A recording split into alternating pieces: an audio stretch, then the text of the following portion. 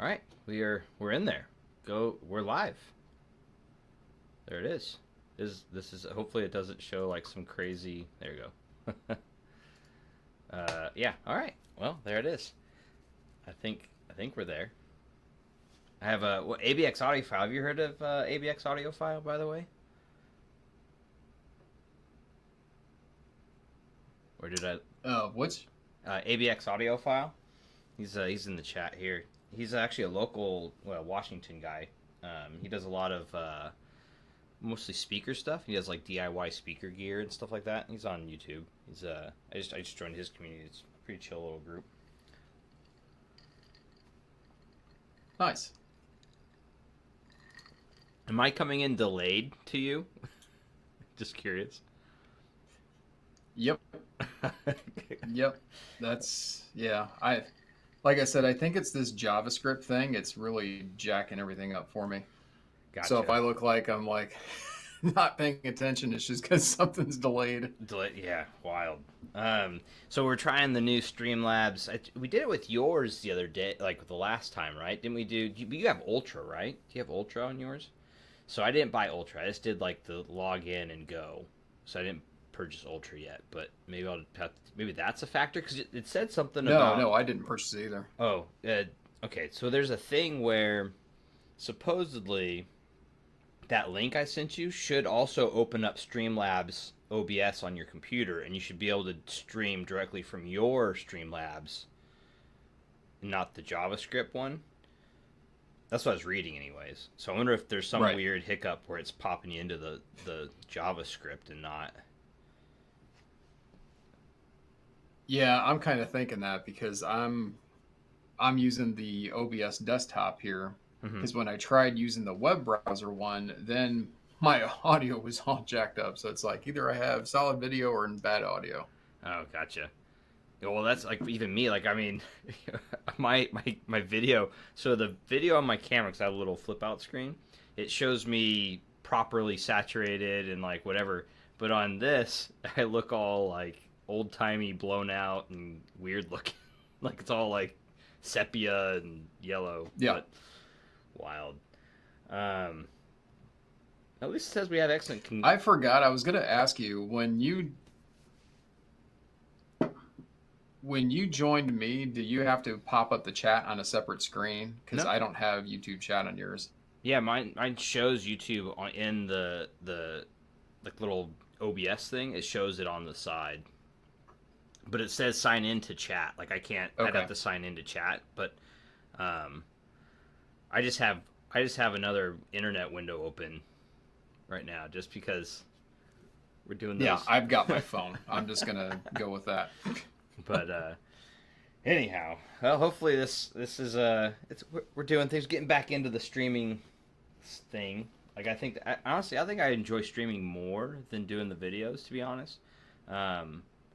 Just because it's generally you have a guest, you have someone else to talk to, so it's a little more interactive, I guess, which I prefer. But there's these hiccups like this where now I'm trying to figure out how to get my camera to not show me in sepia and and then obviously having guests that are delayed. But yeah. Oh well. I think I've only had like one stream that didn't have technical difficulties, so it's. I mean, if you did it all the time, you had it all set. Because I had to like download everything recently. Because I just rebuilt a computer, and I was gonna do it on my MacBook. I was gonna do this whole OBS thing on my MacBook, but then I was like, it wouldn't be as easy. Like, because my gaming PC is set up better for having the camera here, I guess. You know.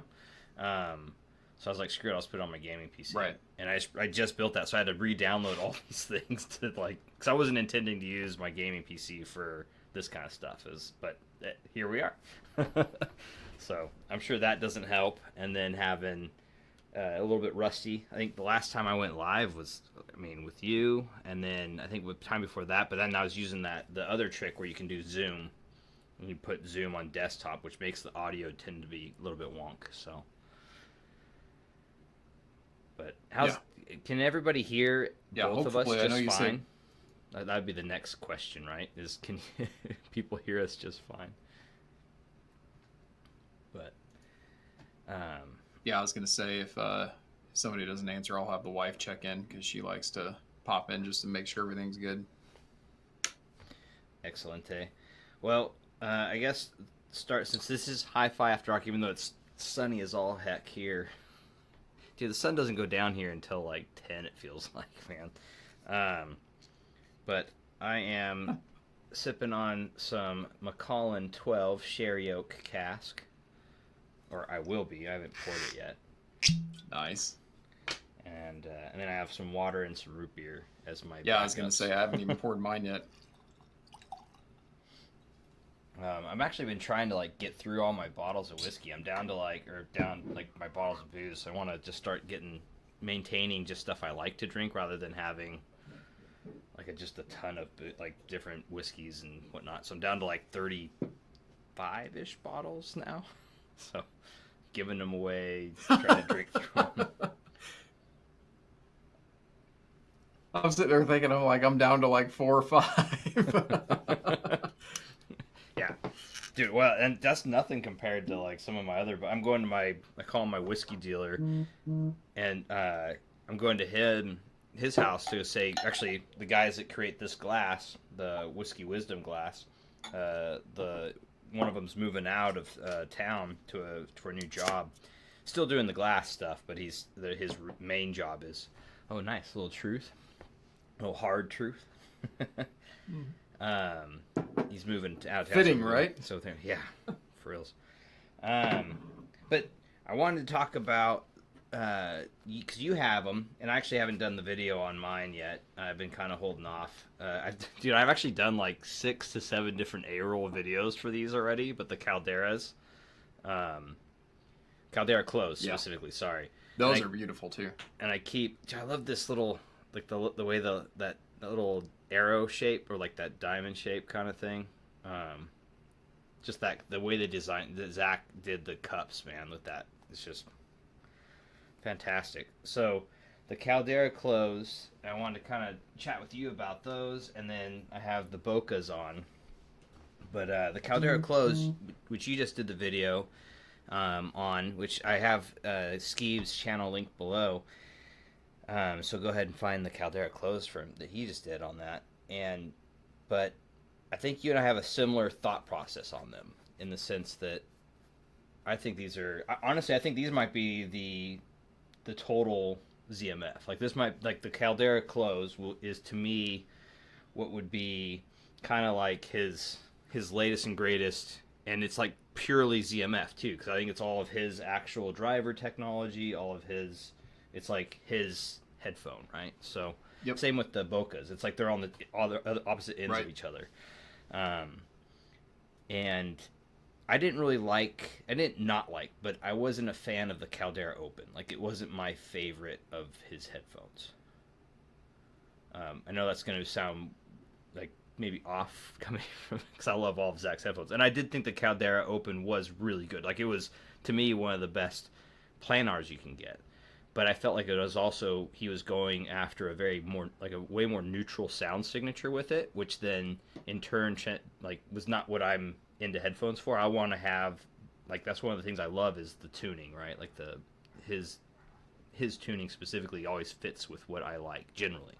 So, what are your thoughts on that? Like, what's from the Caldera Open, because you've heard both, the Caldera Open to the Caldera Closed. Like, I thought the Caldera Closed, I even told Zach this, I was like, to me, it's like the Caldera Open with where you leaned into the ZMF house sound.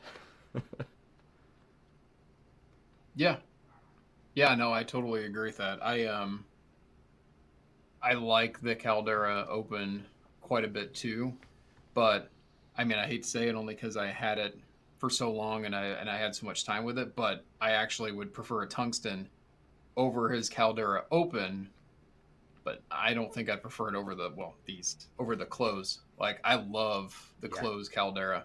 And the funny thing about it is, and I'm sure you've noticed this too, I should have talked about this in the video, but they definitely burned in. And I know it's a demo unit that he had, but no, they definitely burned in, because I know at first it was a little bit, I don't want to say cold sounding, but I was like, oh, is this going to be the ZMF sound? And then the more and more I listen to it, I'm like, oh yeah, especially, dude, when I put it on the hollow stack that I have, that was incredible. Yeah. But hell, I mean, even on simpler devices, and that's what I love about it too, is even with the Caldera Open, is you don't have to have like super duper amp or a DAC or anything. It still sounds damn good. I've been listening off the niche. I'm gonna butcher this. It's a joke, man. Like, I am horrible at pronunciation. Even my wife was giving me crap the other day, and I'm like, I'm still gonna get it wrong. I'm just it's just the way my brain works. Wild. But the niche, Pietus Maximus. So that one, yep. I'm actually listening off with the Bokehs right now with that, and it's, you know, I think it's like a $600 to $800 amp DAC combo depending on what you add into it, the DAC module, and man, like, it just does everything I want it to do. Like, it's the best I've heard, you know what I mean? But it's so good that it's good enough for everything that I want it to. And then, like, that's something else I want to kind of lean into a little bit, maybe if you have time later on to talk about a little bit. But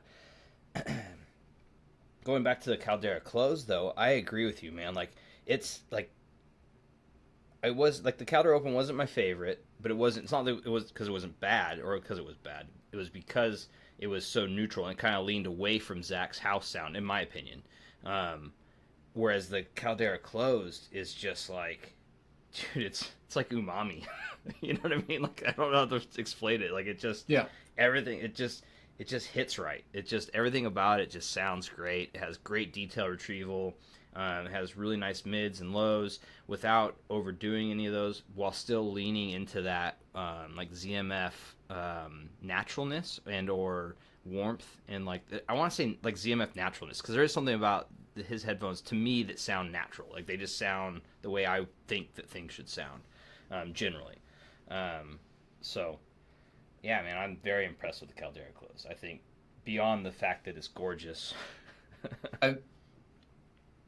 I think the other thing too about him, because, you know, you and I share the same impression too of things being too stabby, and the Caldera Open could get a little bit too stabby in the closed. Now, I haven't swapped the pads. I know me either. If I went to the thinner pads, it would get that way. I know if I went to the black mesh, I know he said that'll make it a little brighter. So I haven't done that yet, but dude. So here's another thing about ZMF. People always ask me, like, which pads do you like the best, or which, like, blah blah blah blah. And I honestly always end up going back to whatever the stock pads or configuration that Zach put them in. Like, whatever his stock, like what his envisioning of that headphone was, is what I always find myself back to. The only one that I didn't do that with was the Aeolus, and that's because it was just so cushy and amazing with those giant velour pads, and like, it just, that was to me fantastic, because the mix of the comfort and then like the, call them cushy boys. But as far as the other ZMF headphones I've ever tried, all the ones I own, I mean, I think you can see a bunch. I have my Atrium Closed there. I have my Atrium Opens on my other Kef speaker over here. It's you can kind of see it over my shoulder. On top of the Kef is my Atrium Open, and then up top I have my Verite Open and Verite Closed, and then in my other thing I have my Aeolus sitting over there.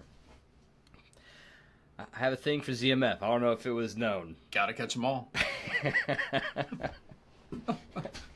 But, yeah, and I mean, I know you talked about, that's the whole thing on the, you know, the bias thing with reviews. I get that, but here, I guess, so here's what I'll say about that.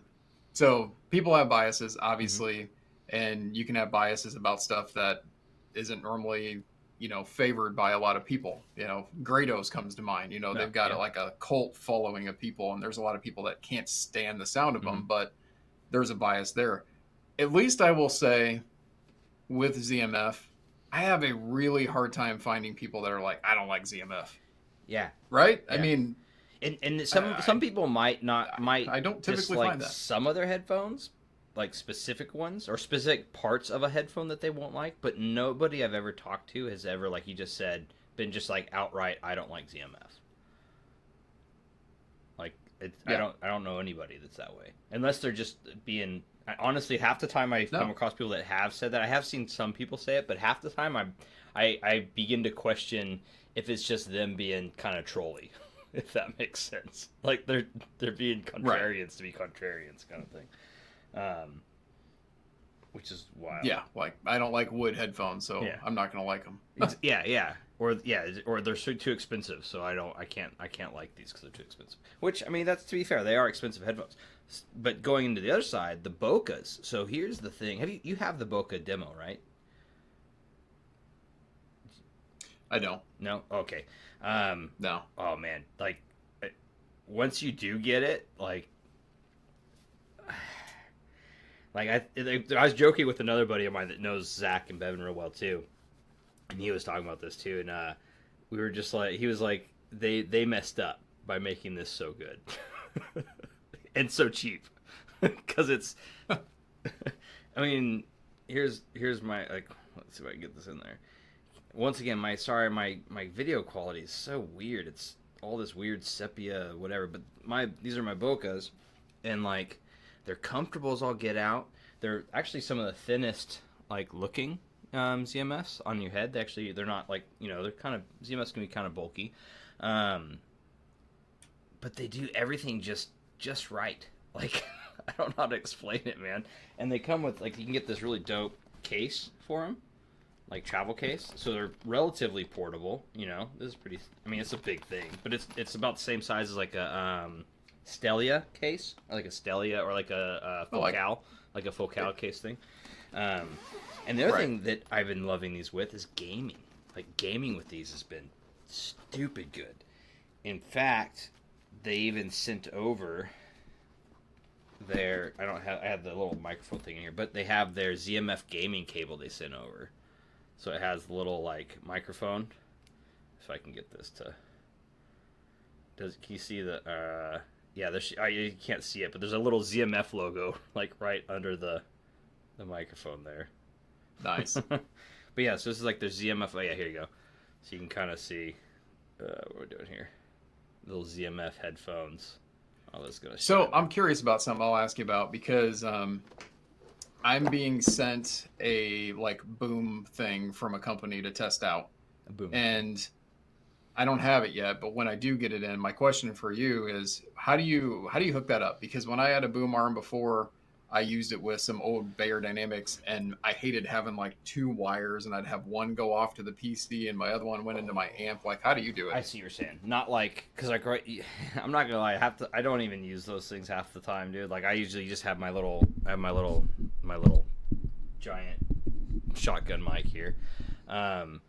But usually, like Zach actually includes it with the little CMF bag, but he includes, so you have the little mic foam thing, but he has the splitter, so it has the split voice and headphone split that you just put that, then you just plug it right in, so you can just have it, so like on your PC, that front PC port, you can just plug directly into that, I believe, or on the back, and it'll do like the dual mic audio. Gotcha.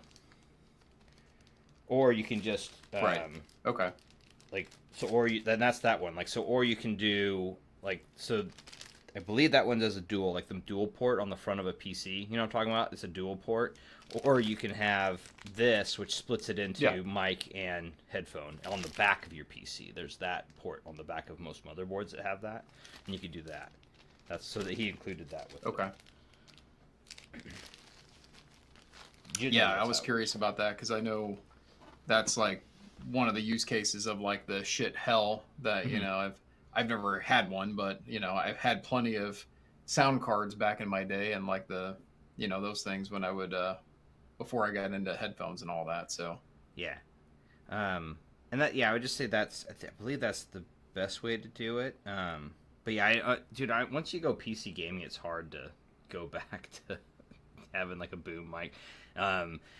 So the only time I ever really did that way is if I have like this is a bad example because this doesn't have it, but I'm actually a weirdo that still uses a controller for PC gaming, even FPSs and stuff, to just because I enjoy. I don't know. I just grew up on controller. I mean, I even have. I can't really see it, but I have a Nintendo controller tattooed on my arm. Like that was how I grew up, was with controllers. So it's natural to me. I can play with keyboard and mouse. Yeah. I'm just not as. It just doesn't feel as. Especially doing platforming type stuff. I have a hard time with it, but other than that, I'm decent with it. Right. And see, I'm just the opposite. Like I grew up on a controller, but when I switched to PC gaming and mouse and keyboard, I can't ever go back. And like, you give me a controller and it's like me trying to speak a foreign language. I'm like, See, like my dream though is if I could have a mouse, like my mouse in one hand, and then like half of an Xbox controller in the other, like that. Like I want to control my movement with a stick. But so if I can have that with the mouse, because I've done that. I've actually made some jerry-rigged like things to make that work, and it's amazing. But it's like such a pain in the butt to get working, and then it never works properly, and then sometimes it breaks. So it's like it's not really worth it because then you have a ton of cables on your desk. But if once that comes into play, like I'm good. I don't remember who it was, but yeah, I don't remember who it was, but there is a company that made a modified keyboard like that. I've seen it. That's got like a joystick thing that attaches to one side that you can use and have a mouse on the other side. I don't remember what it is that I saw, or what the company's name was. There's some controllers that do that, but it's like a thumb with like a swipey thing.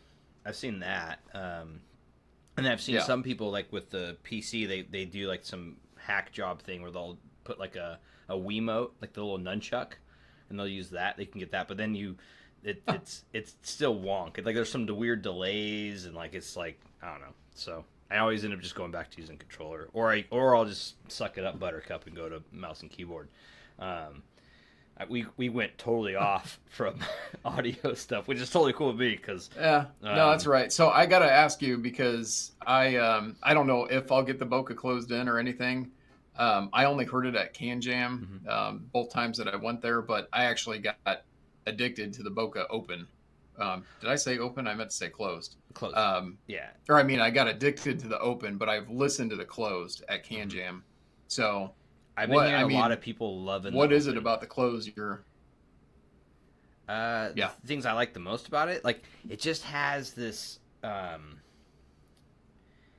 just everything seems right. You know what I mean? Like it's not overly detailed. It's not overly like it's not like the best headphone you're ever gonna listen to. But it's that headphone that I could see people that you'll just like you'll be that thing that you just listen to and be like, oh, this is good enough. Like it's that factor, right? Like I'm starting to really dive into that's good. It's good enough, you know.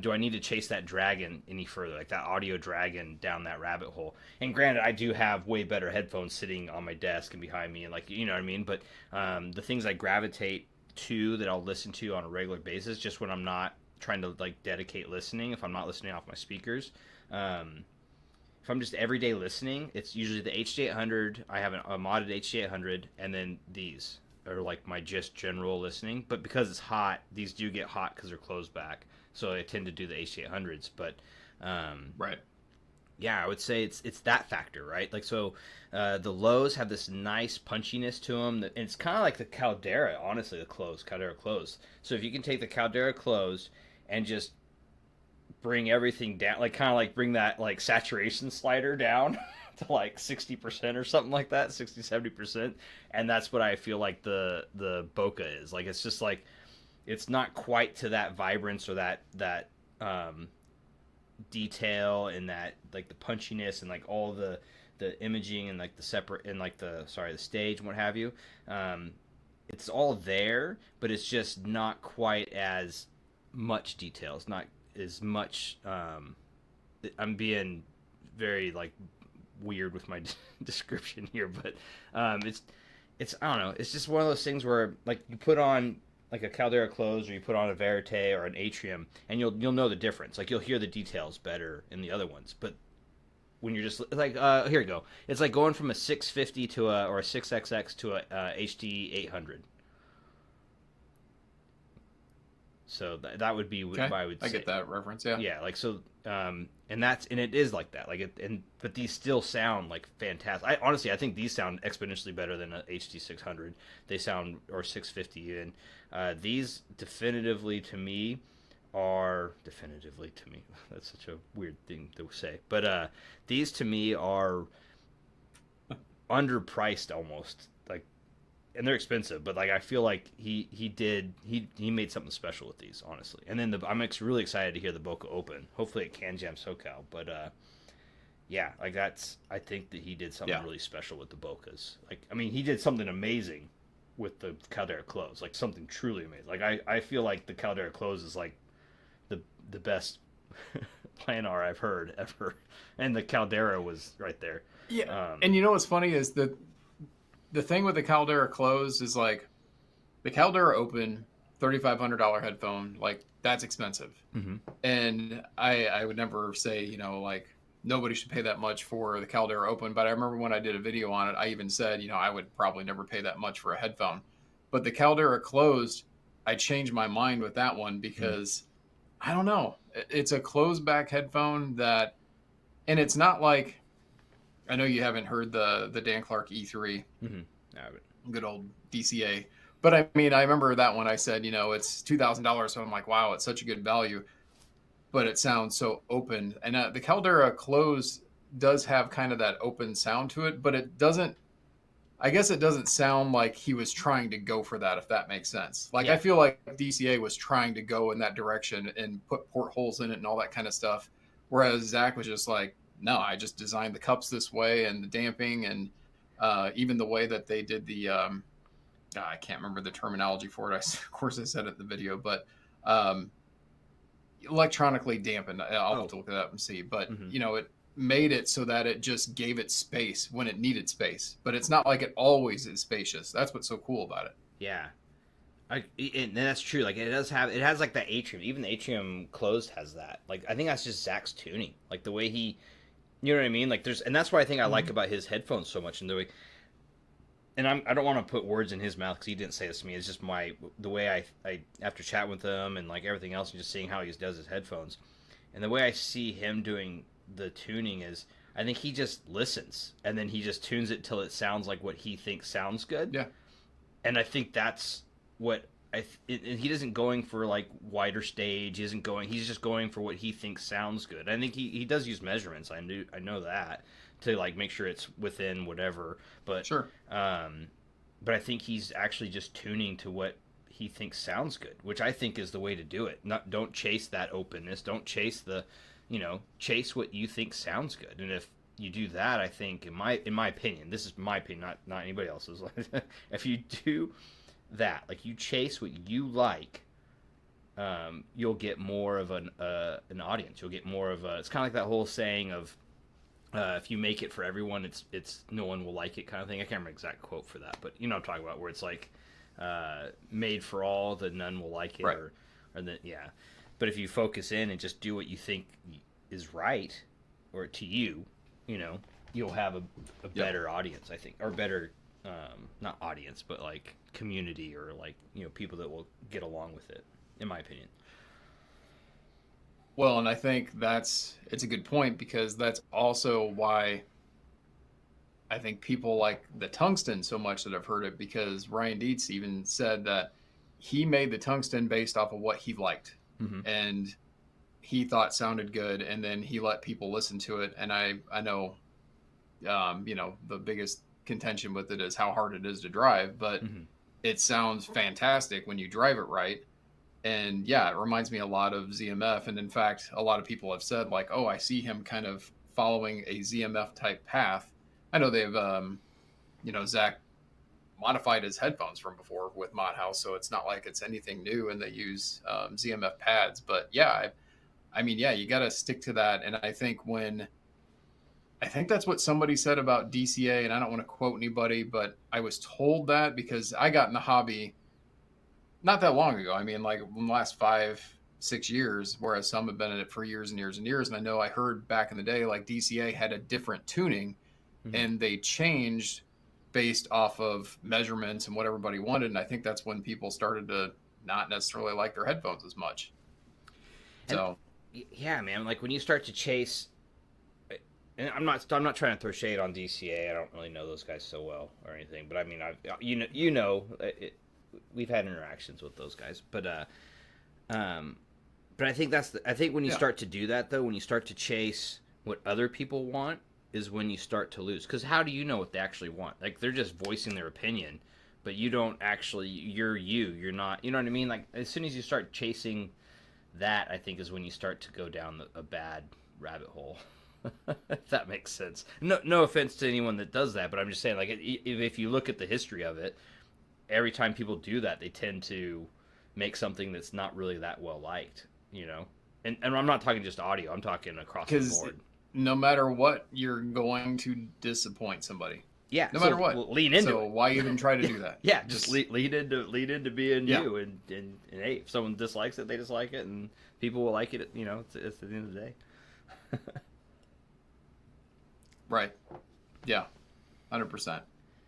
But so I actually wanted to talk a little bit too about. So I was discussing with you about it a little bit. The part of the reason why I've been having a bit of a hard time this last couple weeks, man, with all the weird. I don't want to dive into the audio drama that's been happening or anything like that, but like, but there has been a lot of drama. There's been a lot of audio stupidness happening, and I think it's on both sides of the fence. I think there's been some weird wonkiness happening.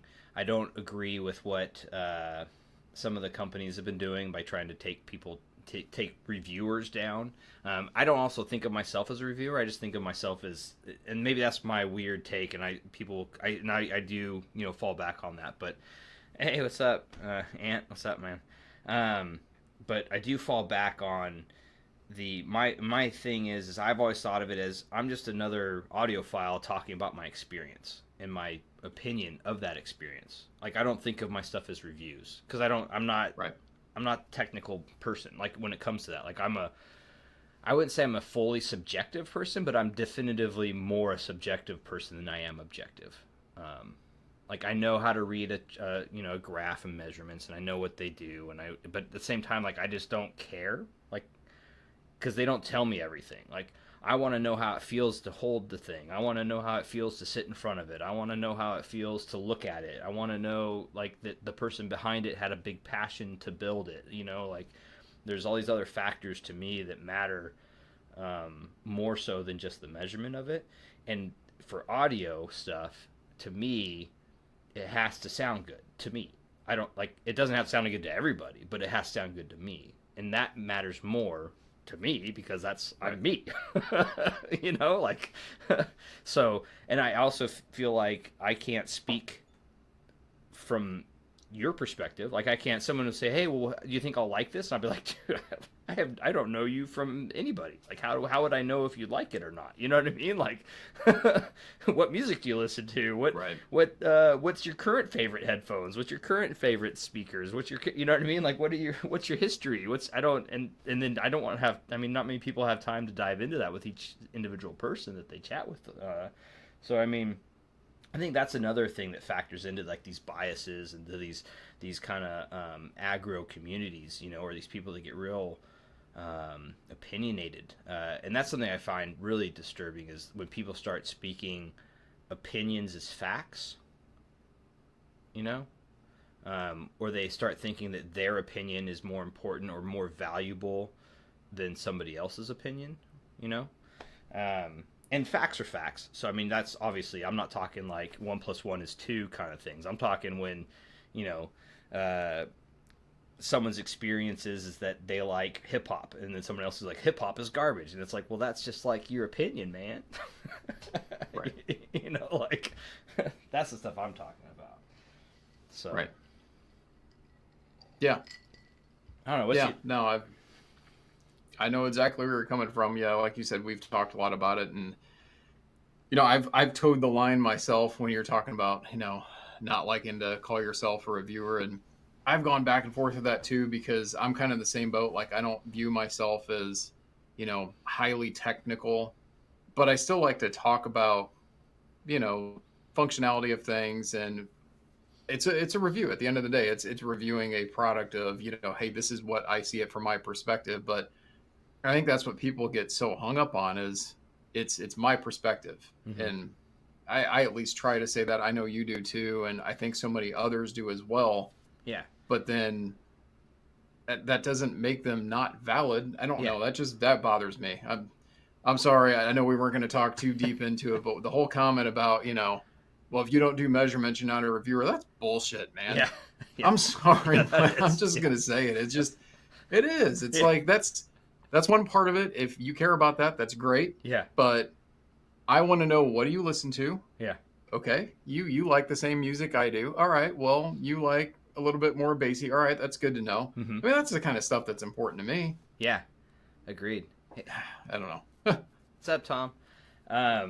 But yeah, like I think that's that piece right there, right? Like I agree that made me. I saw that as well, and and that set me off a little bit, and I call it the protagonist problem, and it's something I think about all the time. Like there's the internet, especially like the big bigger and bigger discords or bigger and bigger forums, that kind of stuff. They have this protagonist problem where you have these groups of people that get put up on pedestals or whatever, and the problem with some of these people is that, and Right. not that and this is their perspective, so there's nothing that I shouldn't say that what's wrong with these people. What some of the things that can come up with these scenarios is that there's this protagonist problem where people get blinders on and they feel that they're the hero, right? Which is true. You're the hero of your own story. Everyone is.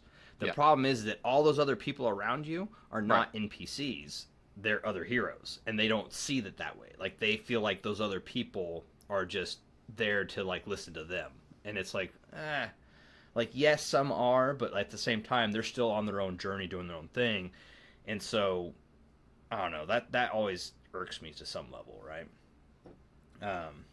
And then you just have the roving bands, the trolls that just like to get rises out of people, But I mean, that's just people that want to watch the world burn. So you're always going to have that. So I mean, at the end of the day, it's Right. just figure it out. Yeah, I mean, the unfortunate part about it is, especially, and I've learned this from getting into the hobby like I did, is that, yeah, it's very true. It's not easy to just go out and, hey, I want to try this $3,000 headphone. Let me go down the road and let me go down the road and try it. Yeah, you can't. I understand, and that's where I'm not bashing people that put measurements up. I understand the mindset behind it. There's value hey, there. this is what it's gonna possibly sound like, but it's not the full story. And I want to know I just want to know, what do you listen to? What do you connect with? That helps me just as much as seeing a measurement. And I just think they're both equally valued, and I feel like it's not being portrayed that way. Yeah, I think that's the big thing, because like at the end of the day, you're gonna connect with stuff that you like, right? Like, so the graph gets you this far, right? So let's I'm gonna put an arbitrary number. This isn't me I'm making this up. These aren't real numbers. The graph gets you 30% of the way there, 40% of the way there, 50% of the way there. Let's be generous. Let's say it gets you 50% of the way. The rest of it is how this feels in my hands, how this looks. If I look at this on my headphone stand, what does that compel me to go, oh man, that looks, I just want to pick that up and listen to it, And then when you put it on, how comfortable is it? How well is it built? How does it make you feel to actually pick it up and look at it and move it around and do all those pieces to it and then put it on your head? There's a whole experience of it. You could even go into like a vinyl, like doing vinyl, the experience of going through your library, picking an album, pulling it out, pulling out the record, making sure, cleaning it, make sure there's no dust on it, putting it on your player, doing the whole process. That is a part of what will compel people to want to do it again and again and again and again and again. And then you hear it, and it's your chain, and then that's part of a big part, in my opinion, of what humanity is. Like, we are very visual. We are very sensory orientated. So like how we hear things, how we smell things, how we see things, how we feel things. It's like there's so much to it. But you can't dial that all into this one-dimensional or two. I mean, I guess you say two-dimensional graph, and some are three-dimensional, sure. But like at the end of the day, though, it's like it's a numbers on a piece of paper, right? So I mean, there's just so much more to it. There's so much that you can be compelled. Like, so when people show you videos of someone listening to headphones or listening to a speaker setup or stereo and they start crying, do you think that's a graph? You know what I mean? Like, do you think a graph made them cry? Like, it's no, man. It was the experience. It was hearing their music for the first time that way on that chain. Like, that matters. I don't know. I got on a high horse or a pedestal right there, but No, you're good. And I mean, I think the other thing with that, you touched on that, is the chain. And I mean, I know there's talks about that, how it affects a graph when you talk about the measurements, but I remember I actually jotted this down as something I wanted to talk about because I was listening to the new Cayenne IHA 8, and I definitely want to sell my IHA 6 and buy the IHA 8. I love the amp.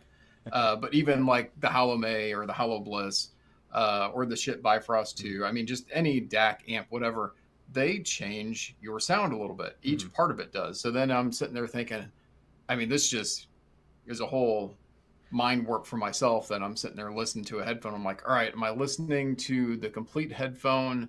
Or wait, am I listening to the DAC I just introduced that's doing something a little bit different? I mean, it is all of it. Yeah. But there's and that's why that's also important to say I tested it with this X, Y, and Z with this music. Yeah, agreed. Like there's a synergy to the components you're using, and like no one has my exact setup. No one has. You can have the same literal products, but if you don't have the exact same cables, which I don't think cables are a huge thing for audio. I know people do, but I've heard some things, but I'm not fully there yet. But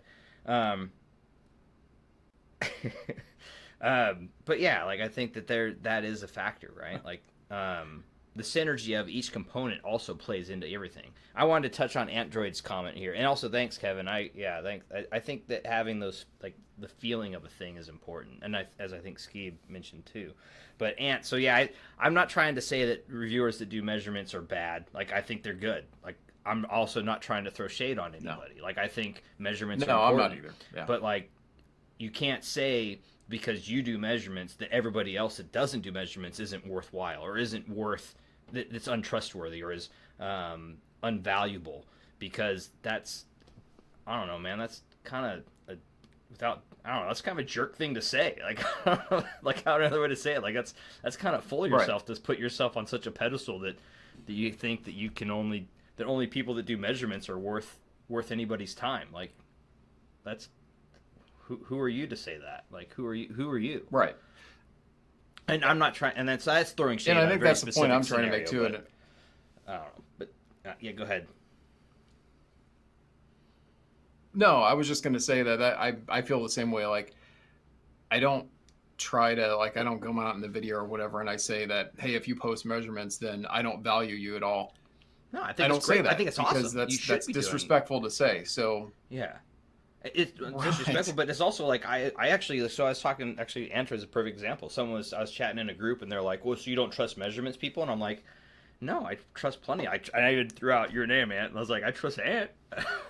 You know, like, but at the same time, like, here's the other factor that you have to think about when it comes to measurements, is like everyone has their own chain of measurements on top of that, and they have their own preference and targets and where they place things. You think that measurements aren't fallible? They're super fallible. Like are these guys being scientifically peer matched? Are they being, who's checking their work? Who's doing these aren't scientists. These are hobbyists with measurements gear. So I mean, at the end of the day, like how much you trust somebody is how much you trust somebody. You can't, and I'm not trying to say that people that do measurements are trying to deceive you, but it's also like the same factor of one person to another. Like, what's their measurement chain? The same thing with what's an audio chain for my thoughts on how it sounds. It's, I mean, there's so many factors there. Right. And yeah, you might have the most top of the line measurement rig, but at the same time, there's so many other things that play into that. How is it plugged in? How did you tune it? I mean, I don't know I'm not a scientist. I'm not an engineer. I don't know. But to me, in my brain, how that works, like it seems like if you were to want to be taken seriously, you'd have you'd submit it as scientific papers, or you'd have peer matching, you'd have you know what I mean, peer review, not peer matching. Brain work well, but like, you know, like there's, I don't know, like the whole throwing shade on someone because they do reviews without measurements. There's a trust me bro. Like, I could say the same thing about measurements without peer review. Trust me, bro, I'm doing measurements. Right. Like, okay, what's your target? Right. You know what I mean? Like, I don't know. Like that, it can go both ways. Is all I'm trying to say. Like, I think it's important to do measurements. I think it's important to have feelings regarding how you feel about a thing in your experience and what you're hearing. It's not separated things. These are two things that are together. You know. Sorry, high horse. The part about it I don't like. No, you're good. The part about it I don't like is, and it's one of the reasons that, because I could easily go to, headphones.com or Critical or whatever and find somebody that's got measurements that I can trust their measurement. I will say that. And I could post them on my video. But the thing I don't like about doing that is when I'm listening, and this is the reason why I don't do them. When I'm listening to a headphone or something and I want to tell you about it, I want to tell you about my experience with it. It may be different from you. I'm sorry. But if I have the measurement, then I don't know. I worry about some people having a bias come in from that. Double thinking it and like, wait a second. No, I didn't. I heard a dip in the mids because the measurement says I did. I'm like, dude, I've seen it. Dude, I've seen someone do this. I've seen someone listen to a pair of, I think they were IEMs, and they were out on like some walk or something like that, and they're listening to them, and they're like, these are amazing. These are some of the best IEMs I've ever heard. And like went over the weekend, they kept in this little group chat like, these are so good. I love these. They're so awesome. I love these. And then come like Monday, Tuesday, they got into their where their measurement rig was, and they measured them. And then this was private, right? So this is I don't want to disabuse the trust thing there, but like, so all weekend long they're talking about how amazing these were. They get in, they measure them, they think the measurements are doo-doo, and then publicly they slam these things for being bad IEMs. And so I'm like, what happened to the past 3 days where you were like, these were amazing, and now all of a sudden you're like publicly speaking on these like they're bad? Like, I'm confused. Like, where is the separation? What happened that had these go from like this amazing headphone to just falling off a cliff? And to me, that's when I started really questioning measurements. Was seeing stuff like that where I'm like, but your experience, like you physically experiencing and me witnessing you experiencing this thing being awesome, to then looking at a graph and going, oh, this graph is bad. These must be bad. Oh, I liked them, but graph bad, so these bad. Like, I don't know. Like, that to me is such a contradiction. Like, it's yeah. I don't know, hypocritical. It's very hypocritical to me. I think a lot of this stuff just comes off as that to me. Yeah, no, that's I agree 100% on that, and I wasn't trying to be rude either. But hey, Kevin, Ant, and Rob as well. Yeah, so, yeah. Appreciate everybody on here joining. Yeah. Cheers. I'm horrible at self-promoting these things. I still haven't Skeeb. I tend to just put it out and just it happens, you know. But thanks for joining. And then I want to say, Rob, yeah, dude, like that's true. Sometimes maybe they had a little pinch, a little too tight for the headphones, made him cry. I've had that happen before. Dude, I don't remember if I asked you if you ever tried them, but the Odyssey MM500 is what comes to mind when I saw Rob's comment. Those things were so like vice on my head clamp. I mean, that was one of those things where it's like, I don't care if these sound good. I need to get them off my head. Yes. Dude, I've had a couple of headphones that were like amazing sounding and were either stupid heavy, like to where I'm just like I'm not a small dude, but you're sitting there like your head's starting to slowly fall over as you're listening, and like, or they're just like so clampy, you're just kind of like, after a while, you're just like, oh. Or have you ever had where the hotness on the top of your head, where you take your headphones off and like you have like an actual divot and it just hurts, and you're just kind of like, why? Like, what is yeah. Yeah, I feel like I'm going to turn out to be a cone head. Like my head's like being shaped pointy. Yeah. It's like, oh. But yeah, man, definitely wild. And Ant, yeah, I got you, brother. No worries. We've talked. I know your thoughts on this. But yeah, I think that measurements are important. I want to get back to that.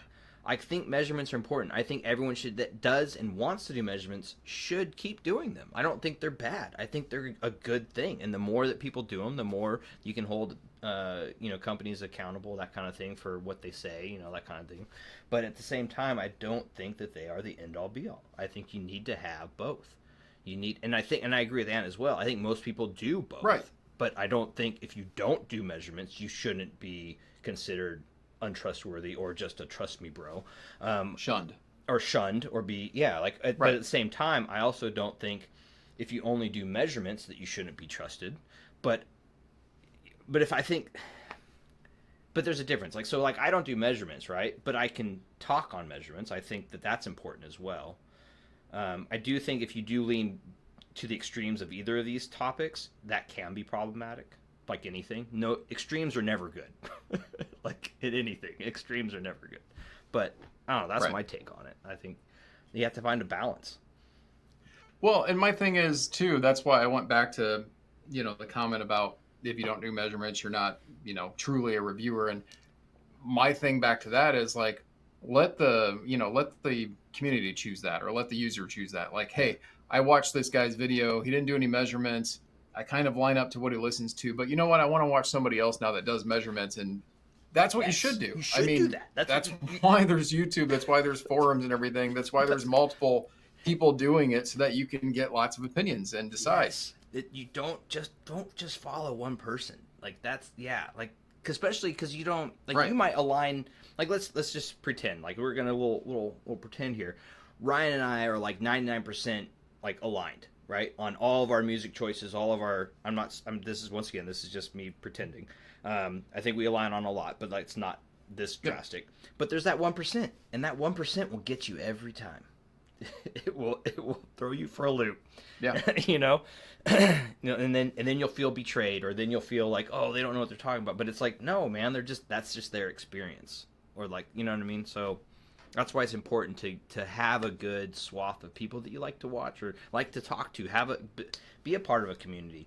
Hopefully it's not toxic, because let's be real, most hobbies can dive down a really bad rabbit hole. Yeah. Like find a core group of people you like to chat with about this stuff in a group setting, and that they're all respectable to each other and can have a discourse without it being toxic or go down the path of jerkiness, which. I know he's on the very top of this chat, but ABX Audiophiles, actually, it was funny because it was one of my old friends that I've found to become kind of not my favorite person on the internet anymore, but he recommended it, and I called him out for being a troll for it, but then I was like, screw it, I'll go find it. And then I remembered ABX Audiophiles, actually, I chat with him on ETA, so he did a bunch of ETA stuff, and so I went and joined his Discord, and that's a really cool community, and it so happens that a bunch of the guys from that community are actually like literally local to me, like they're like right down the street, so that's really cool, and so there's a lot of opportunities there, and I think that's cool. Like find a community that aligns with the way you want to be like the way what's the way to put this? That's the golden rule, treat others as you want to be treated, kind of thing. Do unto others as you want done unto yourself. I'm not religious that much, but I know the things. But like I think that's a true thing. That's a true, I don't know. It's weird. Sorry, I went on a rant. Sorry, I'm trying to I'm trying to scale back my rant. No, you're good. You're good. I didn't want to skip over. Kevin had asked a little bit ago about the IHA 8. Oh yeah. And so I'm going to have a video out hopefully in a week, but I'll tell you up front that the IHA 6, in my opinion, with the single-ended, because it's got the 10 ohms or the 120 ohms, I believe, if I'm saying that right, out of the single-ended of it, it changes the tuning a little bit of the headphone when you plug into it, because that's just what impedance does. Mm-hmm. And the IHA 8, they went to more traditional sense. They don't do that. It's like less than an ohm no matter what you're going out, but it is so clean. Yeah. And I still like the IHA 6 at times because it gives kind of a tube flavor, especially to ZMF headphones. That's why Zach recommends it so much. Mm-hmm. But the IHA 8 is just like a clean, and the hyper mode button on there is like, I'm actually going to say this in my video because it was like an analogy I could think of, is like superhero. It's like, Clark Kent or whatever going to Superman. It's like when you hit that button, it just enhances details, enhances punch and slam, all of that stuff. But sometimes maybe isn't what you want. But I'm really loving the IHA 8. So there's a teaser for you. But yeah, I mean, if you sold your IHA 6, I would definitely get it if you get a chance to listen to the IHA 8 like a can jam. It gets super hot, but the thing pumps out like, I think it's 9 watts out of like 16 ohms. I mean, it powers a tungsten fine. Problem. Yeah. Which means it'll power anything just fine. Yeah. So, dude, it's amazing. KN, I have yet to hear a bad KN. Like, no joke. Like, I have the only KN I have currently is this one back here. Yeah. I don't know if you can see it. I call it the speedboat. It's the little tube boat. It's the tube amp with the little porthole that you can see through, and has like a really pretty, like old, like 60s or 50s, like super wood speedboat look to it. But like, I used to have the DAP. I had a bunch of the DAPs and that kind of stuff. But I love the KN stuff, man. Actually, one of the ones I really want to get is their tube amp, not the 300B, but the one below that, which is like, I think you have it actually, Ryan. The tube amp that you have. Do you have a tube amp? The HA3A? Yeah, I think that's what I've been looking at for a while. Yeah. I think the HA3 is damn good. My problem is I have like this unobtainium tube amp. It's over here. It's the T4 the ECP T4. It's actually you can't really see it, but it's and dude, that thing is so good. I just can't. I have no desire to get anything else. And so that's something else that's come up a bunch for me. Like people ask me like, oh, like, what are you looking forward to, kind of thing. And it's like, honestly, I'm kind of bored with audio, like, because everything's so good, right? But at the same time, everything that I own currently, I've yet to have something come in that makes me go, yep, need that. Like, and maybe I peaked, or I hit my what I like so much that I'm happy, but which is fine. Like I think that's a, you know, and also I'm kind of going down the good enough path a lot lately. But oh yes, those are sexy, dude. I love Fostex, man. Those are sexy. Those are the new ones. Yeah. Sorry, I wasn't trying to interrupt you. No, you're good. But you were talking about something new and different. I mean, this is the Fostex 808s.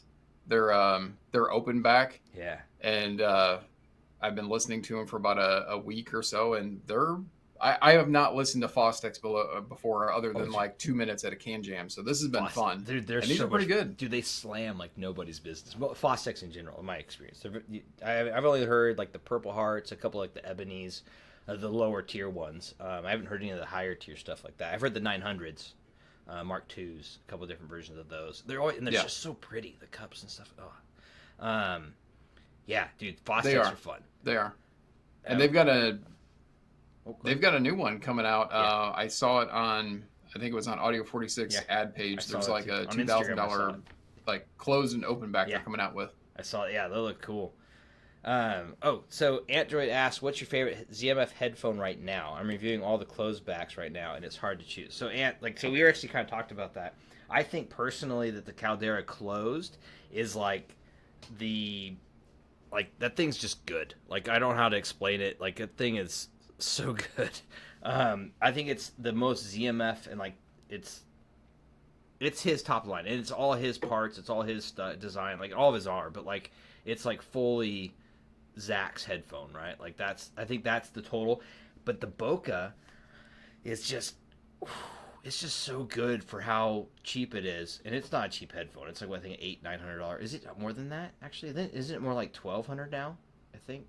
I don't know. I think it's 1,000. 1,000, yeah. So like, no, I think it is 1,000. I think I remember him originally trying to target the Bokeh as like $700 to $800, but I think it peaked at 1,000. Okay, so like $1,000. Honestly, I'd take these over most $1,000 headphones in the space. But I'm also biased. I love the sound, ZMF sound. I love the look. I love the wood, metal, and leather. But the Bokeh to me is like you can drive them off an Apple dongle. You could drive them off anything, and these sound like, it's amazing how good these sound. It's ridiculous. And I will also add, ETA does some stupid good stuff too, but that's another discussion later on. But yeah, I'd say it's weird, yes, man. Every time Zach puts out a new headphone, it's like it's oddly how that becomes my new favorite. But then it's also weird. I'll go back and cycle through all my different ZMFs, and every time I put on one of the other ZMFs I have, I'm always like, oh, I forgot how good this is. Like, and I will get lost for like days listening to that specific headphone. What you got there? That's the closed? Yeah. Look at that. That's the atrium closed. Atrium closed, yes. I had and atrium closed back here. when I compared this on mine with the Caldera closed, like there's no doubt. I mean, Caldera closed for details and things beats this headphone hands down. I mean, it's what he did so well with the planar, but dude, there's no denying just the bass slam and just like that thick texture that you get. And this one, especially with tubes, is just phenomenal. I love this headphone. It can get bright though, so it depends what you pair it up with. Yeah, I agreed. And that's, I think I will say, like was it the Verite closed could get a little bit bright depending. But I still love that one. That one's still. I'm a closed back guy. I don't know why. I've always liked closed backs. And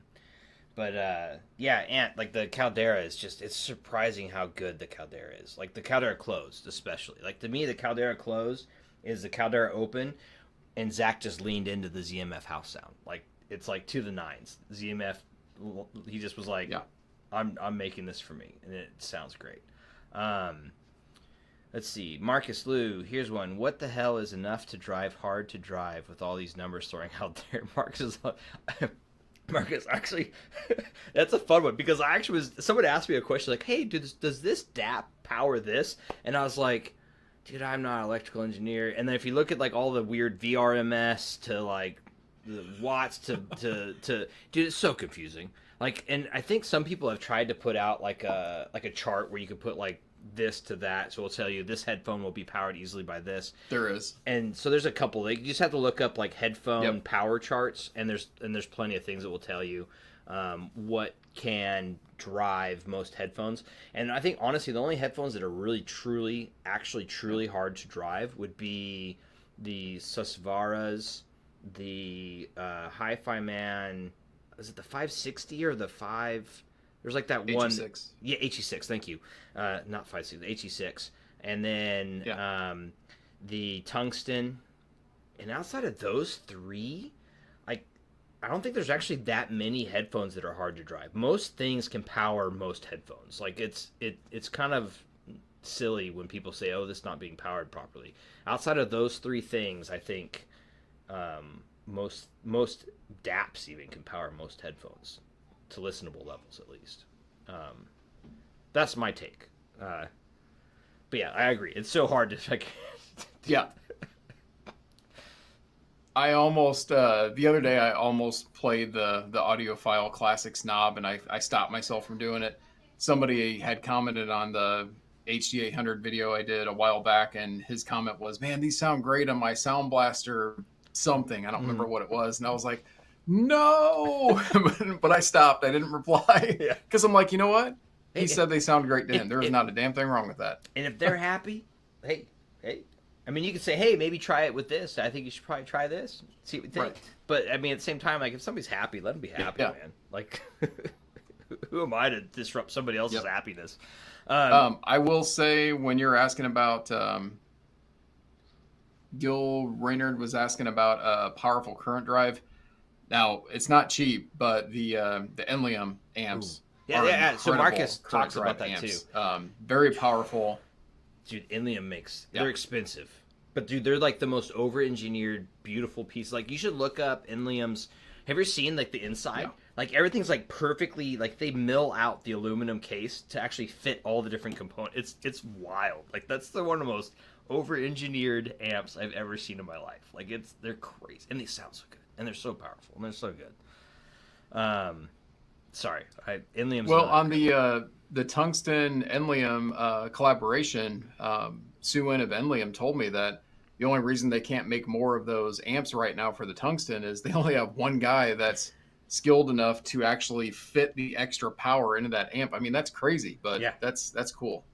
But see, that's a passion thing, right? Too. I talk to him too. Like I email every once in a while. We talk about we'll talk about our Leicas or camera gear. I'm like, that's the other thing too. I've been diving way more into my photography stuff, man. I find it more enjoyable than chatting about audiophile stuff lately. But anyways, But yeah, I love talking to Suin about that stuff, man. Like he's such a cool dude, man. The Ilium stuff He is is. just Yeah. just so good. And in fact, Ant actually mentions this too. People listen way too loud. That's true. Like honestly, like I mean, just look up a decibel chart, and you want to talk about hearing protection. I think DMS did a thing with like guns and stuff like that for like hearing damage, that kind of thing.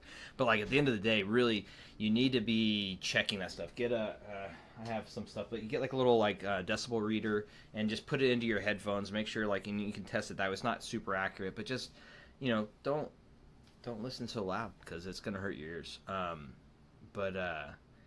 Yeah, I think that's another factor is people listen too loud. I think it's some people mistake having a lot of power for it to be good, and they're only like moving their volume pot like, like, and then they're blowing the ears out. It's like right. So I think there's that too. You know what, Tyler? That's another good point about the measurements and things too. Not to go back into that, but I mean, if you do listen loud, that's where somebody would be like, "Hey, that headphone's bright. You said it's not bright, but it's bright." Well, if you crank it up, I mean, yeah, all of a sudden it can be stabby. It can be a lot of things. I mean, and there's that's also a factor too. Listening too quietly. Like there's both extremes. Like there's people that listen way too quiet, and you're just like, how are you hearing? Like, I don't know. I think there's a sweet spot. Like someone once told me, like every amp has a sweet spot for its power delivery and that kind of thing. And that, I kind of researched it, and it sounds like that's. I'm not an audio. I'm not an engineer. I'm not an electrician. I'm not gonna. But like, I found that is true. Like, there's a sweet spot on most amps where they give you the most peak power to. It's like the optimal delivery of power. And I found that majority of the ones I've played with are somewhere in that range between 11 and like 1 to 2 o'clock on the volume pot. Like that's what generally. I'm being. This is very generalized. It's not accurate, but that's what I've found personally. And then obviously if it's too loud, depending on the sensitivity of the headphones, you want to obviously turn that down, that kind of stuff, or up, or whatever. Sorry, but yeah, that's my take on that. Marcus also said it's speaker amps. Yep. Have you ever tried the Blue Ella? I have not tried the Blue Ella. Have you tried the Blue Ella? Do you know? I don't even know what that is. What is the Blue Ella? No, I don't know what that is, to be honest. To the internets. I'll have to look that up after this. I'm gonna make a note. Where is Blue Ella? I need a rec for a powerful current drive amp. I'm gonna sound really dumb, but is Blue the brand? Because I've not heard of it. Blue Ella. Oh, I see it. Planar magnetic headphone. Oh, the blue. It's the Blue Yeti. It's the headphone from Blue. It's Blue Yeti, the microphones. Oh, I didn't know they made a headphone. Yeah. Okay, yeah, I'm seeing it now. It's actually pretty decently priced. It's a planar magnetic too. Yeah, it's I don't know if you can. I'm sorry, this is gonna get way off topic, but right. It just made me think of it. Did you see that Dyson's making another headphone? I did see that. And actually trying this time. Yeah, not doing the weird like mask thing. Yeah. I mean, that could have been cool. I don't know. Like, yeah.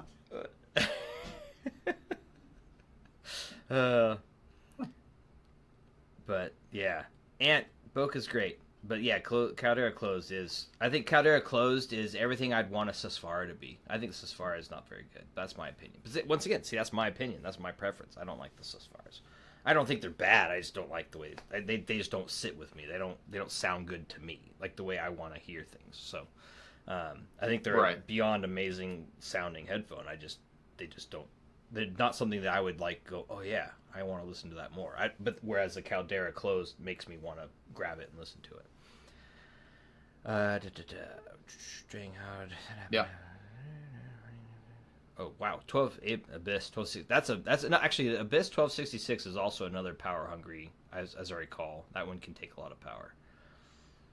HE6 late force. Oh yeah, see HE6. So the HE6 is another one that was like really power hungry, but is dang good for what it is.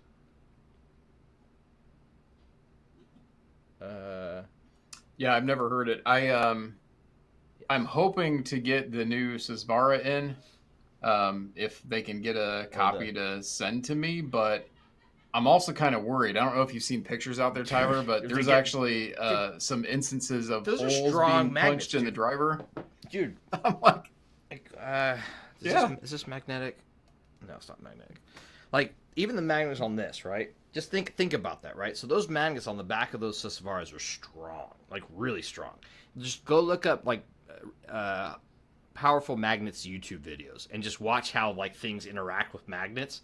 And then imagine you have like a pin, a random screw from your computer or from your whatever, and all of a sudden it's just like whoop, right through the driver. I mean,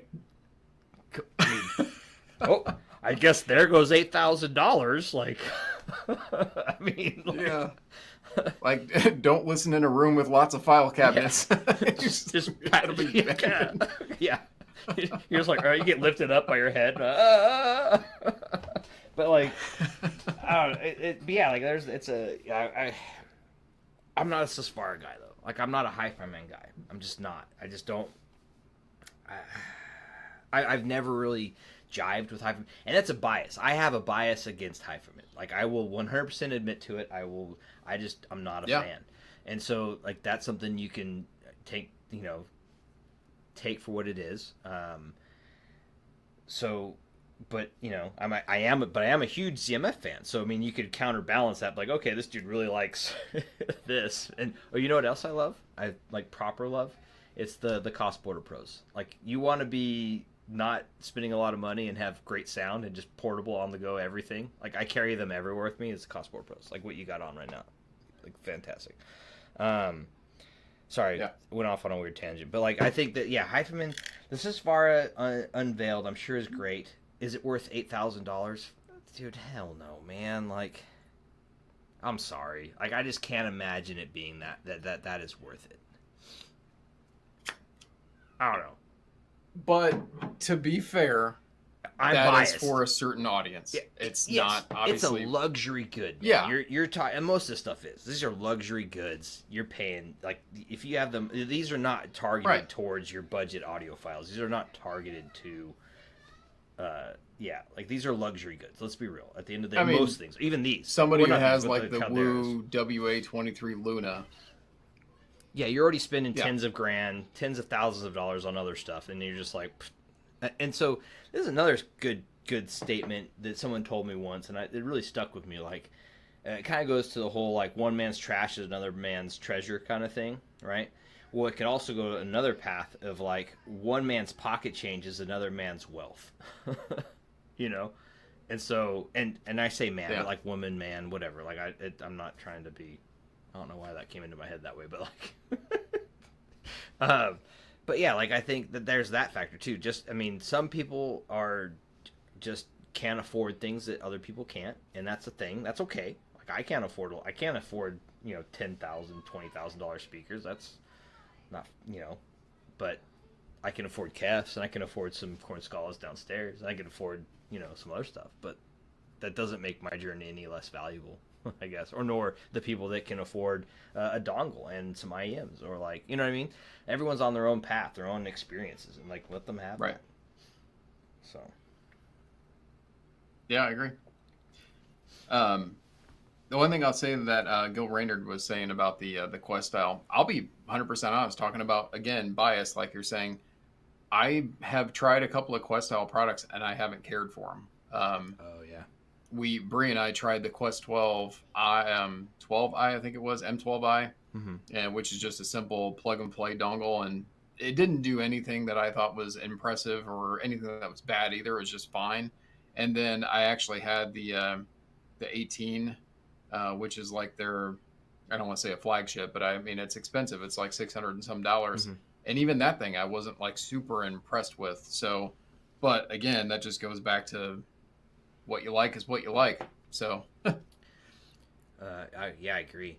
Actually, it's funny. But I guess to finish that statement, I didn't know about anything that was a failure with it. So I think maybe you just got some bad luck with it, because I do know they make pretty decent products as far as like quality goes. And, So and that's the thing too, man. There's always lemons. Like, it doesn't matter. I mean, it's just the nature of manufacturing things, right? I think there's always at some point in time something's gonna fail. Something's gonna not be up to spec or up to. I mean, it's materials, right? So like metals to plastics, like as they're manufactured, some of them might randomly get micro bubbles, or there's all sorts of stuff like that. Material science is a crazy thing, man. Like I had a buddy that was like a hardcore material science engineer guy, and he would show me all this stuff where he's doing like how the crush level of certain metals, and like he was doing all these experiments, and I'm just like, dude, that's so bananas, that's so wild. Like showing, like he'd show me like this, he had took this block of aluminum and it's like, this is the breaking point of aluminum, and he's like showing us like doing these crazy pressure tests, and like it was wild. So I mean, that is a real thing. Like material science is crazy.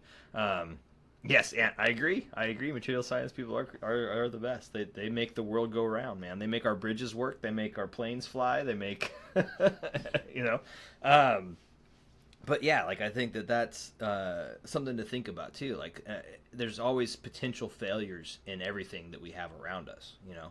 And you're always going to have that potentiality. Is that right? Potentiality. Potential. Let's see. Gil Rayner keeps talking about this. I don't know if you read it. He's like, dude, that's wild, man. Like, do you see what he's saying about his headphones just shorting and like, or the wow, that's wild, man. You're lucky he did lose some hearing. Jeez. That's a lot of power, man. You're pushing like 7.5. Like people are like, oh, 7.5 watts. That's not that much, you know. Whatever. Dude, have you ever been shocked by 1 watt? Like, right? It's no joke, man. Yeah, and now you want to push your Quest dial to the pure Yeah, that's like overvolting or undervolting PCs and getting that's wild, man. That's cool. That's a cool story. But I'm glad you're okay. I'm sorry about your gear, but I'm glad your hearing's okay and you're okay. But sorry about your gear failing on you. But wild. That's crazy. Sorry. Yeah, so I'm gonna read that because obviously people that aren't reading the comments. He says listening to one recording of 1812 Overture that has actual cannons at the crescendo, plugged Aria Stealth into it using USB Connect to iPad Pro. When it got to the cannon, it shorted. I was listening too loud, but I didn't expect the failure. The sound was so full just before the short, so I guess the failure saved my hearing. And he's talking about like listening really loud with a certain thing. And so here's another thing. This is dangerous. Booze and listening, or being tilted and listening to music, and something you like comes on, and you're already listening at your optimal listening level, and you're just like start jamming, and you're like, yeah, and then like, yeah, and the next thing you know, you're just like, what? Like, yeah, like my preferred distortion method outside of tubes, right? Like,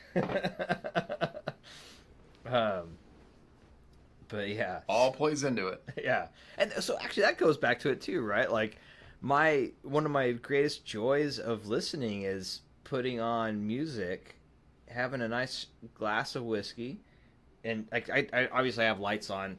I'm sorry about my camera. I don't know why it's doing this weird faded, like unsaturated, weird thing. But on my actual camera, like I have a little flip out screen for it. It shows it's normal, but I don't know, weird streaming stuff. But I think that when you get into like listening, my actual favorite thing to do is just to relax, get a nice glass of, I mean, if you don't drink, a nice hot tea, a nice root beer, like whatever your drink of choice is, iced tea if it's a hot day, and just sitting in like a comfortable chair that you have, putting on good headphones or putting on your speakers or putting on a good vinyl record you like that is what I'm here for at the end of the day. Like that experience of listening to the music I love and just kind of getting, like, I call it floating on the sea of music, right? Or just that's the end all to me. Like, that's what I'm here for. Right. That's why I'm into this stuff. I want something to compel me to want to listen to my music and relax and kind of let all the stresses of the day go away. Right? Like that's why I like music. That's why I like headphones. That's why I like speakers. That's why I like this hobby we're in. It's crazy, but that's what I like to do. Yeah. Yeah. I'm going to drop a plug on that note because I actually wrote this track down for, I don't know, one of the videos I'll do. There's a track. Now, you'd have to like blues type music, but it's more of the electric guitar more than it is like anything else. There's a track called The Prophet.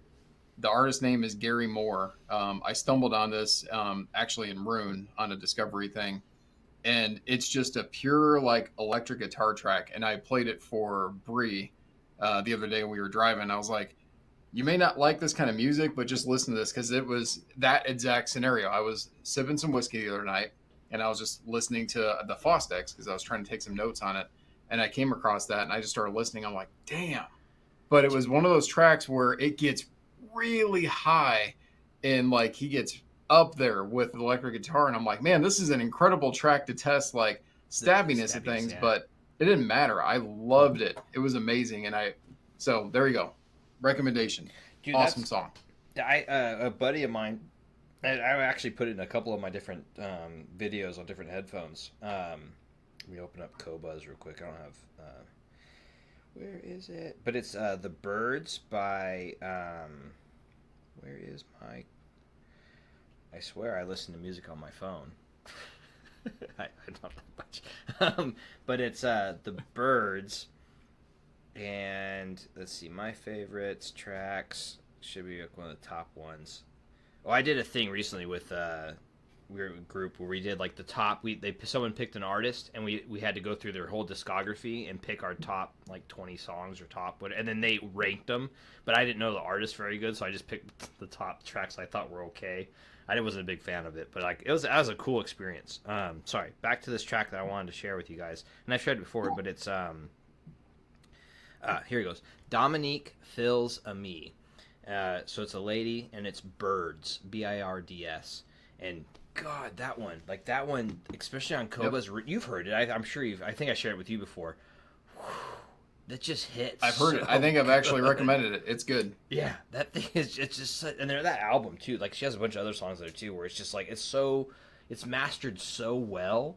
It sounds so good on like so many things. Yeah. Yeah, that's become like a favorite track of mine. Hey, Multi-Kill, what's up, brother?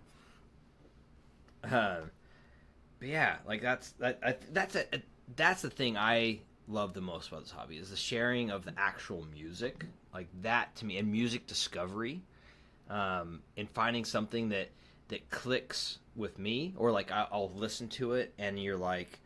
It transports you to a time and place, or to memories, or like, and you can get lost, and that's what causes those tears for people. At the end of the day, it's them listening to something, and it presents so well that they get actually transported to a time and place that they become a very emotional, and they have a tear, or they get like that. To me, that's what audio is. That's what this is. It's a sensory thing that transports you to a time and place that lets you enjoy your memories, or it's tied to your memories, or new memories, or it's just something that just makes you feel good, or even feel bad or feel sad. But it's something that makes you just like get compelled or get drawn in. Like that to me is what this hobby's about. Not how well this measures, how much I think this sounds better than that, or like that to me is what audio is about, is being drawn in and listening to music and stories. Dude, it reminds me the first time that I actually got my bottlehead crack to work before I got rid of it, and I plugged my Porta Pros into it. I was like, oh my God. I was like, why? This should not sound this good. For reals, dude. Right? Like, yeah. Like that. Isn't that wild? And dude, yeah. The Porta Pros, what you should check out is it's a guy that goes by Beebs. I remember interacting with him a lot before, but I saw him again in this new Discord I joined. More recent, I rejoined. I left a bunch of Discords a while back, but I rejoined this one. And Beebs is all about the KSC75, which I have a set back here, and he's not wrong, man. The KSC75. The thing that's weird about the KSC75s is that they're Koss. is that they're the hooks, so they hook over your ear. They're like individuals that hook over your ear. You can get mods to make them where they have just a proper headband, but so a lot of people don't get them because the weird hook and they're awkward. But those things sound stupid good for the price. Like those things are truly one of the weird sleeper hits of audio. Yeah, the 35. The 35 is the best, huh? Huh. Is that the little one, right? The little tiny, like, already built-in one? Yeah, I'd have to look it up. I remember the 75s are, like, crazy good. Yeah, I was going to say, are those, like... I might have those. They're the ones that have the clear. I feel like the have, clear like, a lot and of the Koss that I don't listen to. The purple, like, they have the really thin... Yeah. Yeah. I think those are, like, the cheapest ones they make, I think. But, yeah, like, I think... Dude, Koss just... They've been around forever, you know? Ah, the KSC35. Okay, I see now. Okay, so it's the Porta Pro driver with the KSC75 clips. Because that's not confusing at all. See, so what I want the KSC75 with the Porta Pro headband. But, yeah. But... there again, talking about bias and brand loyalty and all of that, there's the Koss crowd. And I found that out the hard way. Like I did the fun video a long time ago on the Pro 4 AA. Oh, I hate that headphone the so crazy, much. Like old school looking but I've one. got so much hate on that video because there's people that just love it. Yeah. But, dude, good. Enjoy it. Like, that's awesome. If you love that thing, great. But once again, don't go throwing shade just because somebody didn't like it. Like, that's their prerogative, you know. If they like it, they like it. Don't be a jerk about it. That's the thing I don't. That's the part that blows my mind, man. How much people want to be, like, kind of jerks about things. Like, it's wild to me. And I get that's just humanity. And I also feel like that's also, like, the weird keyboard... I'm going to say keyboard warrior, but, like, the online persona thing, right? Like, people feel so safe behind... like forum names, or like because you're not really that person, right? So you can be whatever you want. Because I met a lot of people that are like super chill in person, or even like doing live streams with. They're super chill, but you get them online, and they're just like, and you're like watching their interactions with other people, and you're like, whoa, dude, you have no chill. Like you're kind of a jerk, you know? And it's like, just, and I get it. Like people just well, you know.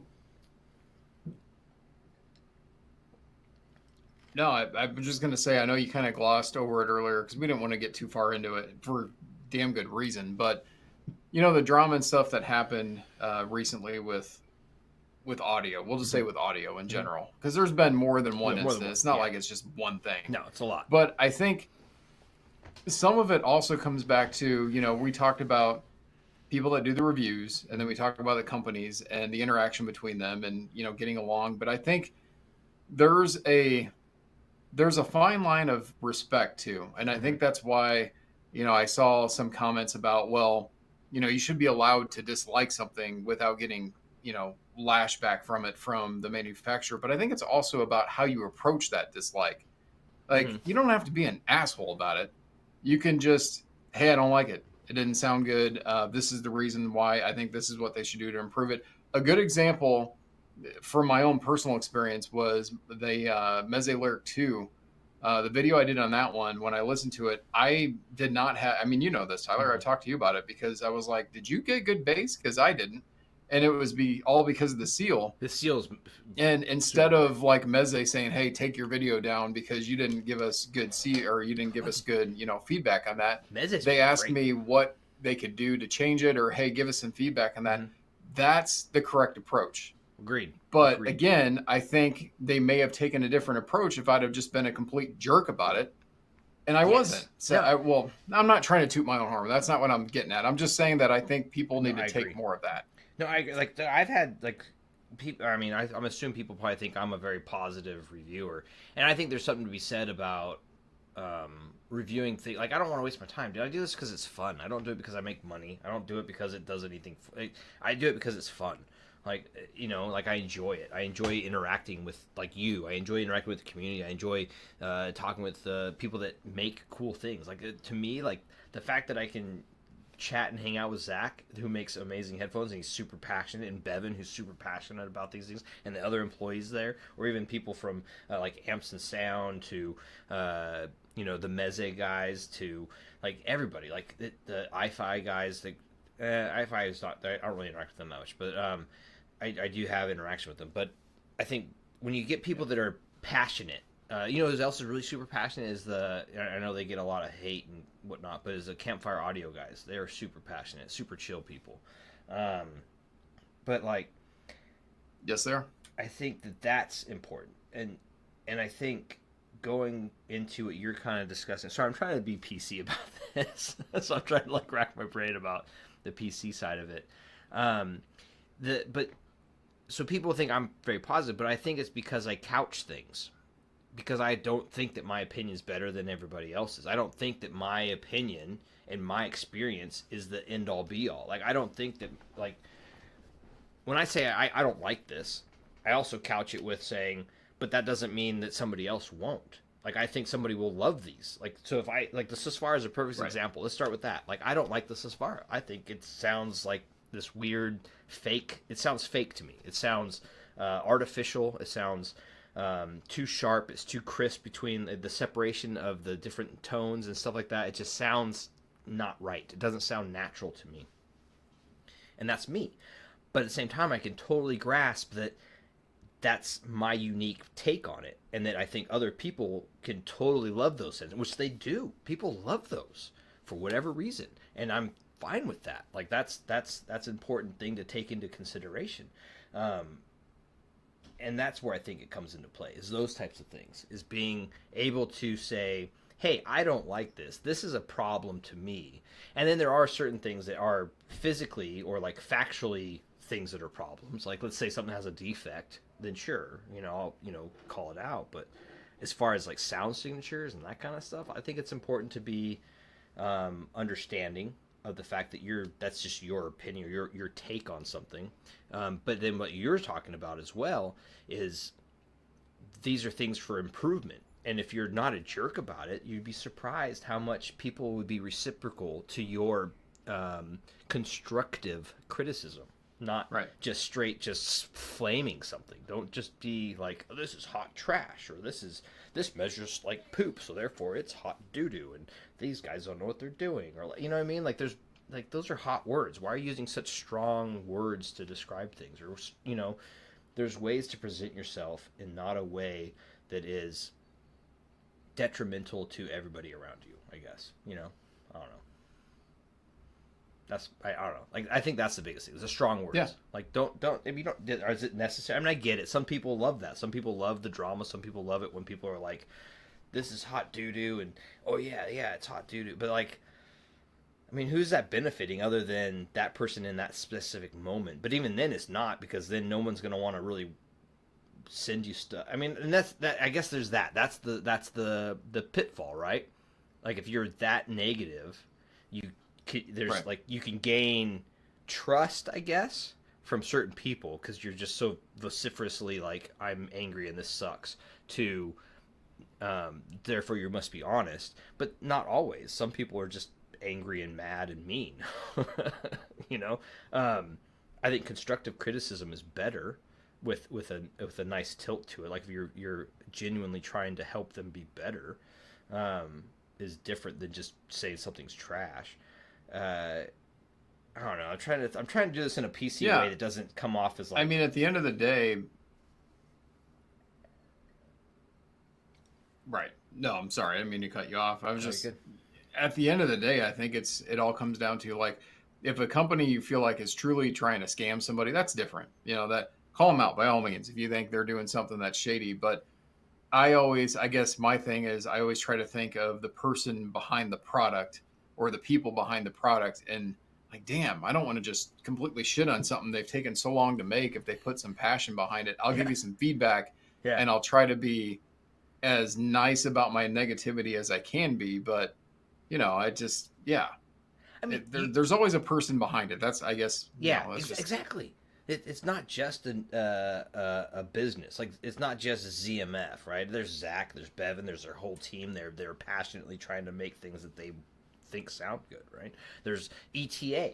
It's not just ETA. It's these three guys doing something that they're passionate about and making headphones for the community. It's not just Mod House. It's Ryan. He's making the tungsten. He's a passionate person trying to do a thing, right? Like, it's not. I don't know. There's just so much more to these things than what people can sometimes see, I guess. And I think to humanize it is a good idea.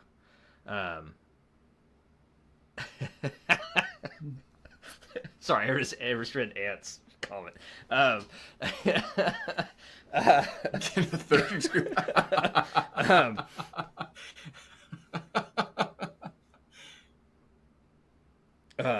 No, and awesome. We're not talking about the lawsuit thing. I think that was poor form on the because it goes the other way. There's a company thing as well. That's part of it. I mean, honestly, that is part of it. But it's not like that was bad form. Like, I think that you can't have a company threatening people for their opinions at the end of the day. What you can have, though, is if those opinions are put forth as facts, or they're putting out facts that are not facts. Like, so if they say 1 + 1 is 3, but it's 2, that's not factual, so therefore that is a problem. If you're trying to present that, because that's what the slander versus like that kind of thing, right? So that's the litigation factor. I don't think that's what happened in the scenario. There was definitively a bad thing that happened, where a company went after a reviewer, or a part of a company went after a reviewer for not the right reasons. And there's certain things that kind of happened, but I don't know the whole story. Like, people kept saying, oh, they put forth all these facts, but it's like, did they? Both sides held back on a lot of the facts, in my opinion, personally. I think one side was definitively wrong, but both sides did not give everybody the whole facts, which you never will, because it's a litigation. You don't put all your facts online if you're in the middle of a litigation, potential litigation, because there's never actual litigation. There was a potential litigation. There was a potential threat. There was no actual, like, that's. Sorry, I'm being very legalese because I know a bunch of lawyers, but like at the end of the day, there's all this gray area in this stuff. So it's like, like it's and it sucks, but no company should ever do that. No company should ever go. And here's the thing: in my time doing this, I'm not sure Ryan, but in my time doing this, I have never had a bad experience with a company. Not one. Like, I've never had a company threaten me. I've never had a company say, hey, take that down. The worst I've ever had is a company saying, hey, you didn't state this correctly, and I went and I changed it. Or I put in a thing and said, okay, this is the correct information. But it was never anything that was like, it was never enough for me to actually redo a video, or even to like take a video down and reshoot a video. I've never had that happen, ever, not once. So like, what does that mean? The only thing I'll say to that is I have had, and I think I told you about this, and I won't name the company, it's just not what I'm about, but, it happened a while back that I did give a negative review on something, and just like they said, that there's reviewers out there that don't want to say something negative because then they won't get product. And I'm sorry. I mean, if that's a company's choice to not do that, then that's bad on them. Yes, I have had that. I've had a company that, I haven't heard from since. So be it. Yeah. Sorry, but I'm moving on. I mean, it wasn't that. Move on. At the time, I was a lot smaller, and not that I'm big, but I was a lot smaller than I am now. And like I said, so be it. But it didn't come to litigation or anything like that. No, nothing like that. And I think that's a big part too.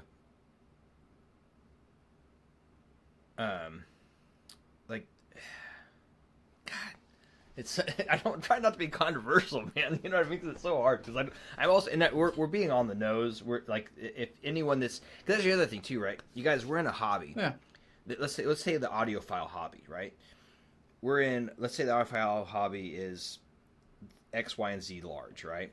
Then you throw in the headphone hobby of it, right? Which is like, let's be real, is like probably like 10 to 20% of like, and I'm being generous here, of the grander audiophile hobby. Oh yeah. It's small. And then you dive into that 10 to 20%. You dive into the hardcore people that are actually like following reviewers on the forums, in the different discords. You drop that number down to like at best 5%.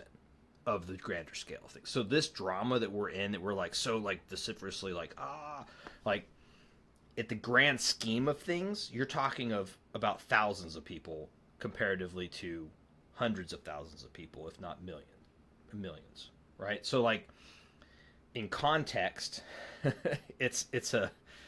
when you're in it though, you're in it. Like you're whoa, like you know, you can get real aggro, or you can get very defensive, or whatever side you fall on for different dramas, not just specifically the one that we're kind of alluding to or kind of touched on a little bit. But that's something to think about though. Like we're in a very niche hobby, like very niche. So we're definitely going down a weird rabbit hole with the drama stuff. But being said, it's not as gnarly as... It's a niche, but at the same time, it's still relative, man. I mean, yeah. You and I talked about this with tech, with like stuff that happened with LTT, you know, in the last year or whatever it was. Perfect example. With Newegg, with you know, EVGA. I mean, there's been all kinds of stuff. It's all relative. It's on a bigger scale, but it's relative. So Linus Tech Tip is that's actually a perfect example. Like, so I actually used Linus Tech Tip stuff as a counterpoint to what was happening in the audiophile drama, and not because I was trying to downplay what happened in the audiophile world, but because there's flips to that coin. Like there's two sides to every coin, right? So there's also the side where you have potential. I'm not saying that this is so, and people got mad at me because like, oh, you're taking this out. I'm like, no, dude, I'm trying to give you a perspective of like, there's more to these things than just this. Like, what happens when a reviewer who has all this community and all this power in the space to get their community to go after somebody, or to like, you can tank a company. Like, if you're a big enough reviewer, you can tank a small business. Like, it's crazy. Like, you could like Linus Tech Tips, for example, where they did that whole water cooler block thing for the GPU, that company, where they totally were like, this is junk, this is garbage, and they used the wrong GPU. They did everything wrong. And then he was so full of himself that he was just like, whatever. Like, and his apologies were so like, I'm sorry, they were blasé. They were just not genuine. They weren't genuine. I don't care. In my opinion, like, scripted. They're scripted. Just, they weren't genuine at all. So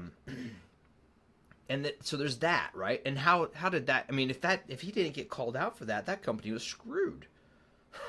You know what I mean? Not that I'm sure they still were. I'm sure they took a massive hit.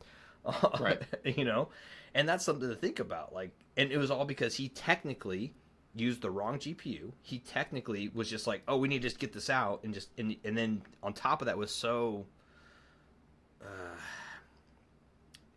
I don't want to use a strong word here, but the word is like, yeah. Anyways, sorry, we were sorry. Like, he got very aggro on. He became very full-headed on himself. But that's what I'm saying. Like, there's that potential for like a reviewer side of the house, or a conglomerate of reviewers. Because there's a lot of conglomerate reviewers, right? Where there's a big group of them that all coincide and they all collaborate together and they all push together these ideas. So that's a problem. Not necessarily that is a potential problem for that thing. Not that there's a problem with people conglomerate, like working together, you know, that kind of thing. But more in the sense that there's a potential problem for reviewers that become so big that they can actually destroy other either reviewers or companies or small businesses. That's a real thing too. And vice versa, there's plenty of businesses that can come after a reviewer and just destroy them with litigation and that kind of stuff, which is not okay. Neither side of this coin is okay, is what I was trying to get at. But yeah, no. Adnan Frioz, dude, I suck at pronunciation. I'm sorry, what's your name? Ferozi? I agree. Music is what's important. That's ultimately why I'm here. Why I love this hobby is music. So,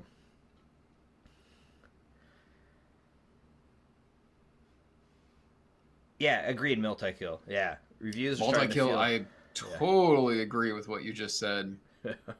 Yeah, I know you're that way too, Tyler. Like, you know, I couldn't imagine. You know, I've got a job, and I do YouTube as a side hobby. Like, I've told some people like, hey, no, I'm sorry, I can't accept anything right now because I need time. one company said, "Hey, can you get this video out in a week?" And I'm like, "No, I need to listen to the dang thing. Unless you want me to just listen for 5 minutes and tell you what I think. That's not right." Yeah, dude, right? Yeah. Yes, right there. Like there's that too, like the deadline thing, which is fair, like because you're holding their product, and it's like I've had these amp. I had the HiFi. I have the HiFi high end stack, signature stack series stack, and the guy was like, HiFi rep was like, hey, can you do another video where you're just talking about them two together? And I was like, I can, I'll try my best, but like, dude, it's summertime. I got my daughter. We're going to summer camp. I have a bunch of photo shoots I'm doing. I have like other stuff that we're traveling. We have all this other stuff going on. It's like. So one, to get a proper listen, and then get a proper notes, and like you get a proper feel for something, and then actually take the time to, because like it might take me an hour to 2 hours just to set up the scene to film, and then it takes me another like day or two to edit all the, because I don't script. I'm horrible at scripting. So and you write, like. So I just bleh, verbal diarrhea, whatever my thoughts are when I'm talking about like my videos and stuff. And so then I have to go in and like cut out all the BS of me like ADHD. And there I was in Guatemala. How does that have anything to do with that? You know what I mean? So, but anyways. But yeah, like that's another part, right? Like this is. I've always said, man, don't judge a reviewer until you actually hit record and try to do it yourself, because it is a whole other beast. Yeah, it really is, man. Like I shouldn't say reviewer, just video in general. Posting editing. Something to the public on video, man, that's intimidating. It's scary. It's very scary, very intimidating. But it's also rewarding. I love this. Like the chatting with you, chatting with the group chat here. Like, dude, this is what makes me happy in the audio, the hobby. Like as far as like community, is this like chatting with people and just engaging. And talking about our experiences, sharing music, sharing different gear opinions and thoughts, and like, oh, did you see this thing, this new product? Speaking of, like the Wim Ultra, you seen that thing? $300 for that crazy level of like streamer box? Like, what the hell is that? Like, I almost want to buy it just to play with it, because it's like, wow, that's crazy. So I got a fun question for you, Tyler, actually, because I think I probably know the answer to this, but you're going to SoCal Can Jam. Yeah. Yes, sir. What are you looking most forward to about SoCal? Dude, honestly, it's not anything to do with audio. It's chatting with Zach and Bevan, chatting with you, or whoever's there. Like the community. Like that's always my favorite thing. Like I barely. I went with you. You saw like how I interact. Yeah. I barely listen to anything when I'm at those things. I'm trying to talk to people. I'm trying to take pictures. I'm trying to have conversations. It's, to me, that's it. It's the chatting with people. Like, oh, what'd you think of that? Like, oh, hey, well, oh, this thing, you really love this? Let me go check it out. Like, I'll go give a quick listen real quick. But like that to me is what I'm excited for. I'm excited to go and see the people that I care about, or that are new to me. Going to, like, I think ETA is going to be there, so it's going to be awesome to see those guys. ZMF, of course, Justin from Amps and Sounds, always fun to chat with. Marcello will be there. Marcello and I go back a ways. One of the nicest guys in the community. Everyone I just mentioned is super nice. Some of them have very strong opinions, but like, hey, that's people. We all have our opinions, but like, they're all super cool people if you just sit and chat with them. And that's most people. If you just sit and talk to most people, they're all super awesome, chill people, you know? And you can learn a lot. Like, dude, let me tell you, like, if you've seen any of my Justin Amps and Sound live streams, that dude is a masterclass in like anything that he talks about, like the amp building to the speaker building. I don't know. So how about you, Ryan? What's the thing that you're most excited for? No, I mean that's why I asked you, because I had a feeling you would say that, because it's the exact same thing. I have no list, and I actually brought that up because Sleepy, we know Sleepy. He actually asked me, he's like, dude, what are you going to check out? Are you going to check out the the MegaFest IM? And I was like, maybe. I was like, I don't know. I just want to go meet people and talk to old friends, and it's our chance to like actually talk to people that care about this hobby in person, because all we do this is through forums and videos and things, and it's fun to do that in person. And yeah, I mean, obviously that is a cool way to, hey man, you got to check out this headphone or this and IM. And greatest. yeah, I will. Yeah. But I don't come with a list for that reason. Yeah. Honestly, yeah, and then I'll take what people like or have already listened to a bunch of stuff. They'll be like, "Hey, did you try this?" And I'm like, "Okay, mental note. I need to go check out that booth or that whatever." Like that's super awesome. Oh yeah, the purple. sorry, Derek's talking about. I was supposed to go to HiFi Con this upcoming, and it's just a small little audio group out of San Jose area, and right. And so like and I was supposed to go, but then we had plans changed, so we're actually he does a great job with it. Oh, dude, he does, dude. That's another fantastic audio community. The guys that put on HiFi Con, those guys are great. It is. So, and that's what I'm saying. Like, there's all these little great pockets of great people doing cool stuff, and it's just you just have to find it. And it can be hard. It can be difficult to find, but you just have to kind of look around and see where it's out there. But yeah, the ETA team, the Toms and EV are super chill, man. Like all those, I love those guys. Super awesome people, really passionate about what they're doing, just in general, and just genuinely cool people. As far as the ETA guys, they're another group of people that I'm really stoked that I was lucky enough to meet and chill with. Oh yeah, Donald, dude, seriously, you're gonna be in for a good time, dude. HiFi Con's a chill, cool. It's basically like if you were to do like a community meetup, but on like a way grand scale. That's HiFi Con. It's literally just a bunch of guys local that just bring all their gear, and there's some local, and then they bring in other stuff. And it's just, dude, legit awesome time. Like it's such a good, cool space. It was funny. The last time I went, they randomly had, it was like a double book thing. So they had HiFi Con, and then they had this like keyboard, like a mechanical keyboard con at the same time, like right next to each other, like this little meetups, and it was like all these custom keyboards and like and all these, so it was like this crazy like mash of like audio files and these like keyboard files, and like it was cool, man. Like it was just a cool like that. Like dude, that's that would be cool. I love hobbies. Like, dude, I have some custom keyboards. Like I love custom keyboards too. Like I have, this thing's heavy as hell, and I don't want to. Well, I'll pick it up. Ugh, if you heard a beep, but like I bought this. It's not cheap. And this is actually from a guy that... No. Yeah, you know what I'm talking about. But it's heavy. It's super nice, and like it's just... And you build them, and they're fantastic. Keyboards are crazy, man, but they're expensive. Like, that's the other thing, dude. Like, all these hobbies. Pens, pencils. Where do I have that? That's over my thing. But Sleepy, for example, of pens and pencils, right? Where they just get crazy and just go nuts. Wow, we've already been talking for 2 hours. Yeah. So I'm sure it's late where you're at, bro. I'm sorry. No, I was just gonna say I'm glad he brought up. No, it's okay. I was just gonna say I'm glad he brought up ETA because, dude, I 100% agree. They are a company, or they're a group of guys that are taking the feedback to heart and improving. And I need to listen to their newest ETA, because I remember talking to Tommy at the last SoCal with you, Tyler, and I remember listening to their prototype at the time on the Tube Mini, and that was so good, incredible. So if you guys get a chance, if you have a Tube Mini, pair it up with ETA. Man, that was amazing. Yes, that was amazing. Yeah, that was, and that I don't think that one's even out yet. That one's like has like the I think someone mentioned it has like the purple internals and stuff like that. I think they're still kind of tweaking it and getting that design out. It's also crazy. ETA sold out. They sold out of all their headphones recently. Wild. That's so cool. I love seeing it, man. I love seeing stuff like that. Good for them. Yeah, right? Like, that's awesome.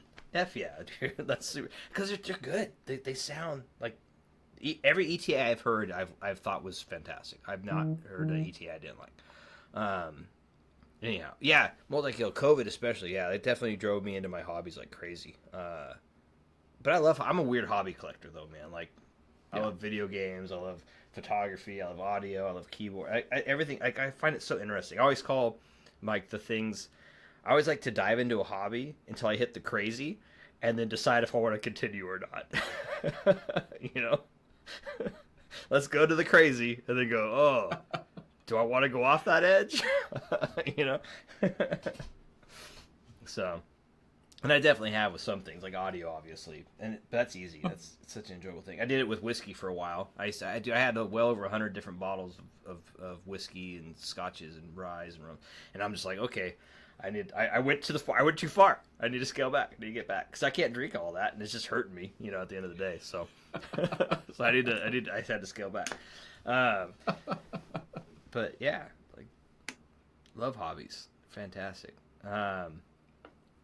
Let's see. HiFi Con. Yeah, I gotta say to Adnan, what he's talking about with Can Jam, I don't think they're coming back to Chicago, and I am super bummed about that. I understand why, because the turnout was unfortunately not that good. But I know they have the what's the other the other audio event they have in Chicago that's not Can Jam. Expona? Is that Expona, what it is? Expona. Yeah, and it sucks. I think the Expona always falls on my wife's birthday and our anniversary. So I'm never available for Expona. And I've always wanted to go. But so anyways, and Expona, yeah, so you have Expona and Can Jam. Both Expona I've heard nothing but if you want to get into like because they do ZMF goes to that too. So they have headphones and they have they do a lot of speaker rooms. And like dude, honestly, go to Expona. Right. Go to a speaker convention or go to like one of these speaker shows. You want to hear some wild stuff. And like you'll go into a room that's like a multi-million-dollar speaker setup and it'll just blow your brain. Like you'll be like, what am I hearing right now? Like it's just wild. More just for the experience, not because I think you should go out and buy $1 million speaker setup, but like it's just a fun experience, and it's definitely worth it. We have one coming up in September here in the Pacific Northwest, which is the Pacific Audio Show, PAF Pacific Audio Show, and then they have one in DC. It's a sister; they're the same company that does them, and it's the DC Audio Fest, I think. Gashelli Labs goes to the one in DC, I think, a lot. Nice. Trying to think what other ones there are. There's the in SoCal. There's a couple of like the Home Audio Show. I think it's Home Audio Show. I think it's the Home Audio Show, something like that. There's that one. It's kind of like the Pacific Audio Fest or the other one. But yeah, Gashelli is also, dude. Honestly, that's another group of people that are just so passionate, so cool. Such down to earth, chill people, man. Yeah. And, Grumpy Goose, actually, which you can see in the back of Ryan's there. He's having a couple Grumpies back there. He makes all of the I say Grumpy Goose. It's O'Neill's wood shop or workshop. O'Neill's workshop. He makes the Grumpy Gooses, but he does all the cases for the Gashelli. All the custom wood cases is what he does, which is can't dude. His headphone stands beautiful. Yeah, dude, fantastic stuff. Yeah, the tube amp. If they could do a tube amp, yeah, dude, Gashelli would make a tube amp. Who else did I talk to? Oh, I talked to CT from Niche. Niche, that's speaking of another really awesome guy. So, I think Donald, you're saying you're going to HiFi Con. He'll probably be there. Niche, and dude, go listen to some of his stuff, dude. That dude's doing some cool stuff because he's bringing stuff that never made it to market or made it to market but didn't really have a big following. So he's pushing out like these different amps and whatnot. And I think he's working on some other things. He's doing some cool stuff in the space, and he's one of the nicest people in the space as well. Christian, CT. He'll be at HiFi Con, so go stop by the Niche space. If he doesn't have a desk, he usually does, but if he doesn't, he'll have his stuff throughout the different tables. Let's see. Oh yeah, Mod Donald, House. Congrats on getting the Enlium Mod House bundle. You will not be disappointed by that. That thing is amazing, dude. That little Enlium isn't that thing wild for how much power that puts out, like, and how good it sounds for just this. It's like a small novella book thing, and it's just Enlium. Just man, I think that's another one that's just super passionate, super cool people just doing some really crazy stuff, man. Yeah. Ooh yeah, DSHA 3FN. Yeah. Ooh. I actually. Come to think of it, I've got the Suin sent me over his 23R amp, and I still have I've had it like 4 or 5 days. I've just been so busy at work, I haven't even plugged it in yet. But I probably should do that because I'm sure that thing's going to sound amazing. That's the big speaker amp, right? It's the desktop version of it, yeah. Yeah. Lucky. Yeah, he heard I was gonna possibly get the new Sisvara and was like, "Hey man, you should check this out." And I'm like, Yeah. "Oh, Dude, okay, you're gonna have that'd a good be time awesome." with that, dude. Dude, because that 23, dude, that 23R is that was one of my all-time favorites, dude. Like that's because I used it with my Kefs, and so because I used to have my Kefs as near field on my speaker, and it's dude, that was like the end all. That to me would be like the end game. I have the TT2, but like that 23R is like it's stupid good, man. But yeah, I don't own. Oh, I don't be own, jealous. I don't don't own own that stuff. You can be jealous of Tyler. Yeah, I don't. I have a name and a TT cord. I'm jealous of Tyler. So actually, someone's mentioning a 3FN. I'm gonna show you. I'm gonna grab this thing. 'Cause this thing's like I'm trying to get CT to do this one because the guys that the 3FN the DSHA, it's the same. They build this one. They built this one too, and this is my ECP-T4, and this is a tube hybrid. So you got the tubes up here. This is the best amp I've ever heard. Like, I love this thing. This thing sounds so good. nice. But I hate talking about it because you can't get it, and I don't like that. Like I don't, you know what I mean? Like it feels like someone was mentioning before, like the elitist stuff, and like I don't like that. I don't. And so I've been trying to get CT to build these and start selling these. But it's like tubes are a whole nother beast to sell because you have to deal with the tube. Like if tubes break, then you have to like replace tube. There's all sorts of stuff there. But like if he could do this, like this thing, like I love this thing so much. But yeah, that's my next one. I'm trying to get CT to start pushing out if he can do it. But he's a one-man shop, dude. That's the only problem, dude. A lot of these businesses that are doing this audiophile stuff are one-man shops to like just like a couple people doing this stuff, and they can't, these are a lot of times it's hobbies, or it's like they're only doing this because it's they have so much time. Yeah, like they only have so much time in the day. It's wild, man. Yeah. But yeah, definitely something to. If you go to HiFi Con, tell CT I say what's up and that he needs to build the ECP-T4.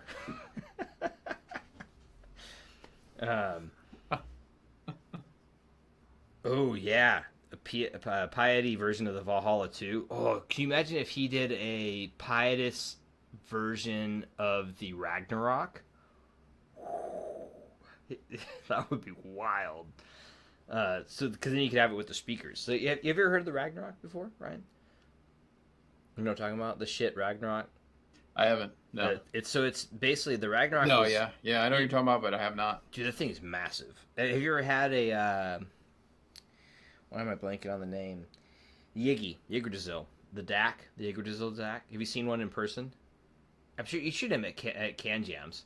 Dude, they're just I Can Jam. Dude, they're massive. Like people are like, oh yeah, get a Yiggy, but it's like, dude, those things are huge. So I don't know. Yeah. Anyway, sorry. Well, that's like the stacks. I mean, talking about that, the Hollow May and Bliss stack. That thing's like I couldn't put it at my PC desktop because it was too big. And I felt like I was going to suck all the juice out of my PC, so I moved it in another room. Dude, yeah. So I had the May in for a while, and I will admit the May is definitively one of the best DACs I've ever heard. But that being said, the Spring 3, I have a Spring 3 personally, and that's down below in my big speaker setup. But honestly, which I think you have now, I think the Cyan 2 is the DAC to have. I think that's the one. That's like that Goldilocks. Yes. So I was going to ask you about that. I'm glad you brought that up because I forgot about it.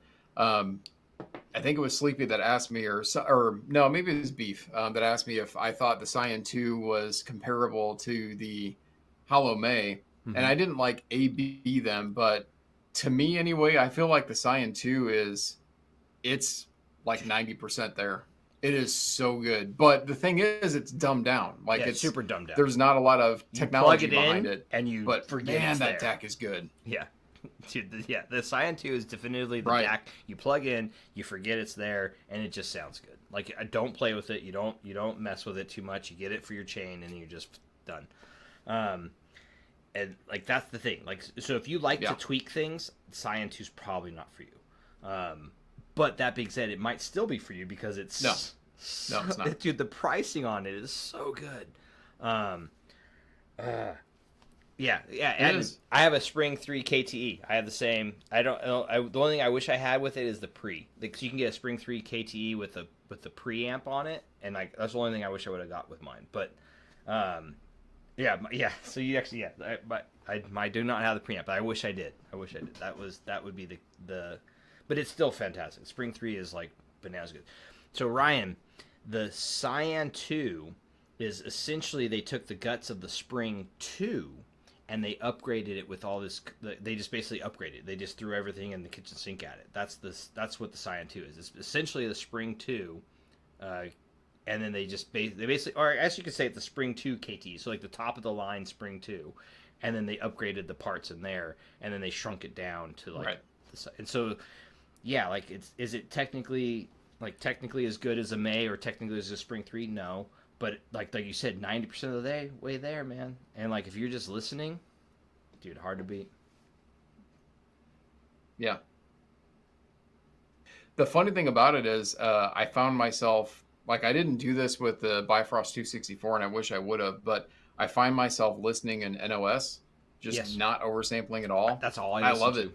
Like I tried oversampling a little bit. I was like, it sounds so good, just natural. Yeah, I'm the same way. Like I tried the oversampling, and I will say this though, if you can do oversampling properly with like HQ player, and you can, I've heard a setup where it's like full like to the nines HQ player, like they do the whole, and it does do some crazy stuff. I am inherently lazy. And I inherently don't want to waste my time. I just want to plug in and go and listen and enjoy my time. So like that to me, like I can see why the appeal is there to do that, but I'm also the same way. Like the NOS is how I listen. NOS is the way for me as well. Just because and it's because I'm simple. Like I used to love tweaking. I used to love modding. I used to do all that with like the old Android phones back in the day.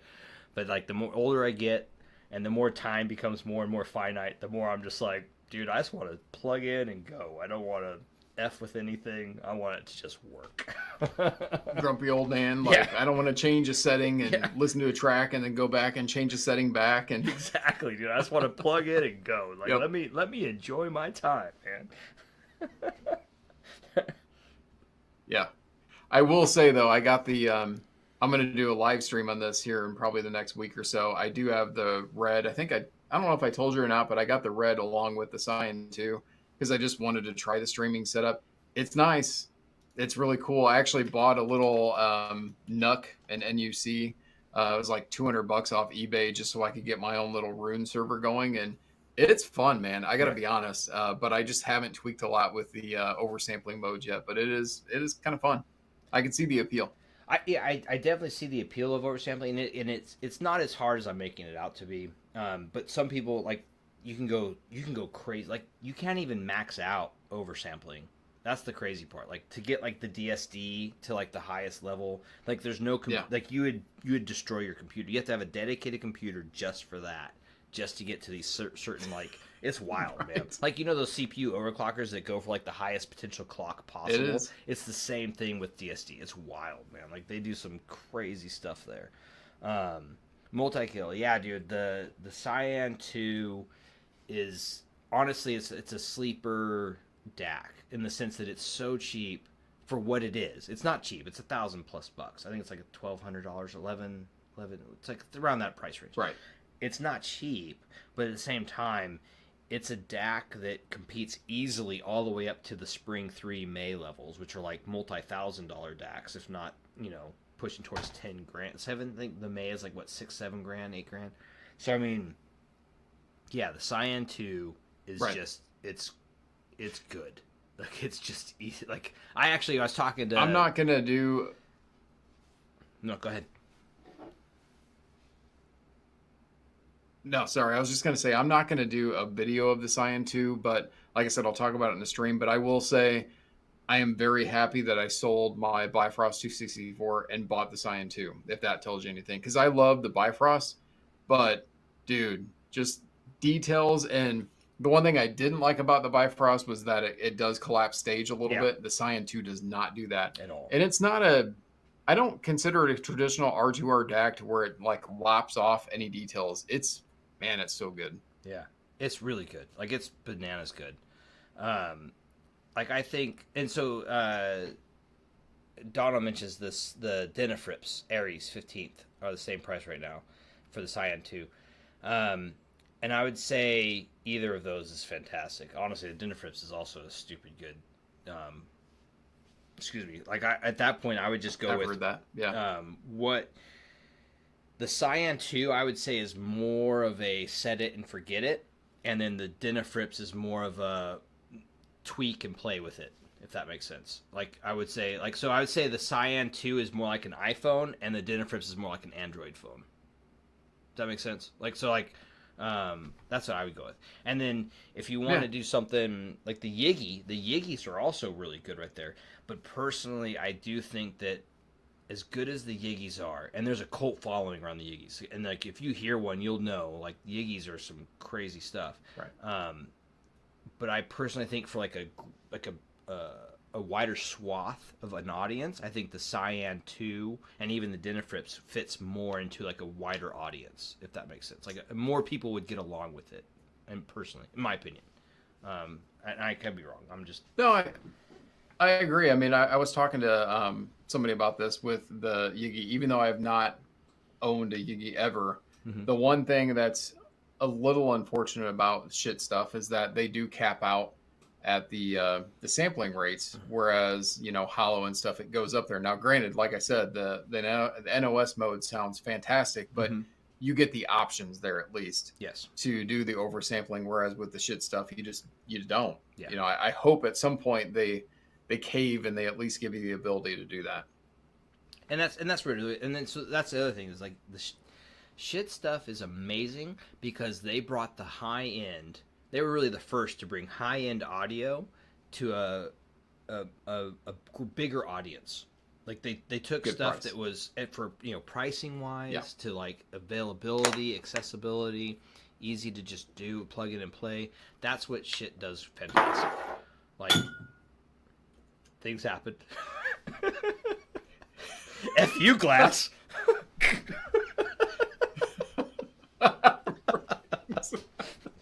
Brian went all cat on us all of a sudden. It was wild. It's gone. But yeah, like I think that it didn't break. Yeah, I'm good. That's all that matters at the end of the day. But yeah, like I think shit does that really good. Is like they bring the products into the masses more, I guess, right? Like which is fantastic, and they do good stuff. Like honestly, shit does good stuff. Like I have no complaints about shit. But they do. Ooh, there you go. See, here's like Miller just said though, right? So you could also, and here's the thing about this hobby, is just I've never heard of this Musician Draco 675 that he mentions R2R, and there's also that new is it the Fio just put out the R2R or is going to put out the R2R that's like a $200 R2R, which is unheard of. Like so, there's all these other options that are there that are potentially really good. Like it's wild, man. We're talking about the Cyan 2, but I'm talking about the Cyan 2 to me is something that would be considered like unobtainium for majority of people for a really long time. Like that level of like quality. Because if you ever open up a hollow DAC or amp, dude, the quality inside there, like the way those things are built, is bananas. Like it's so good. I wish there was a clear top. It's so good. So good. But that being said. Yeah, there's plenty of people out there doing crazy things. There's even I was talking to this one guy. Actually, I need to touch base with him again. But he's doing a tube. He does a tube DAC, and it's a DIY. You build it yourself, and it's something that it's considered. I think it's like the original DACs are like if you were to do it, if you were to buy it from the company direct, like the actual.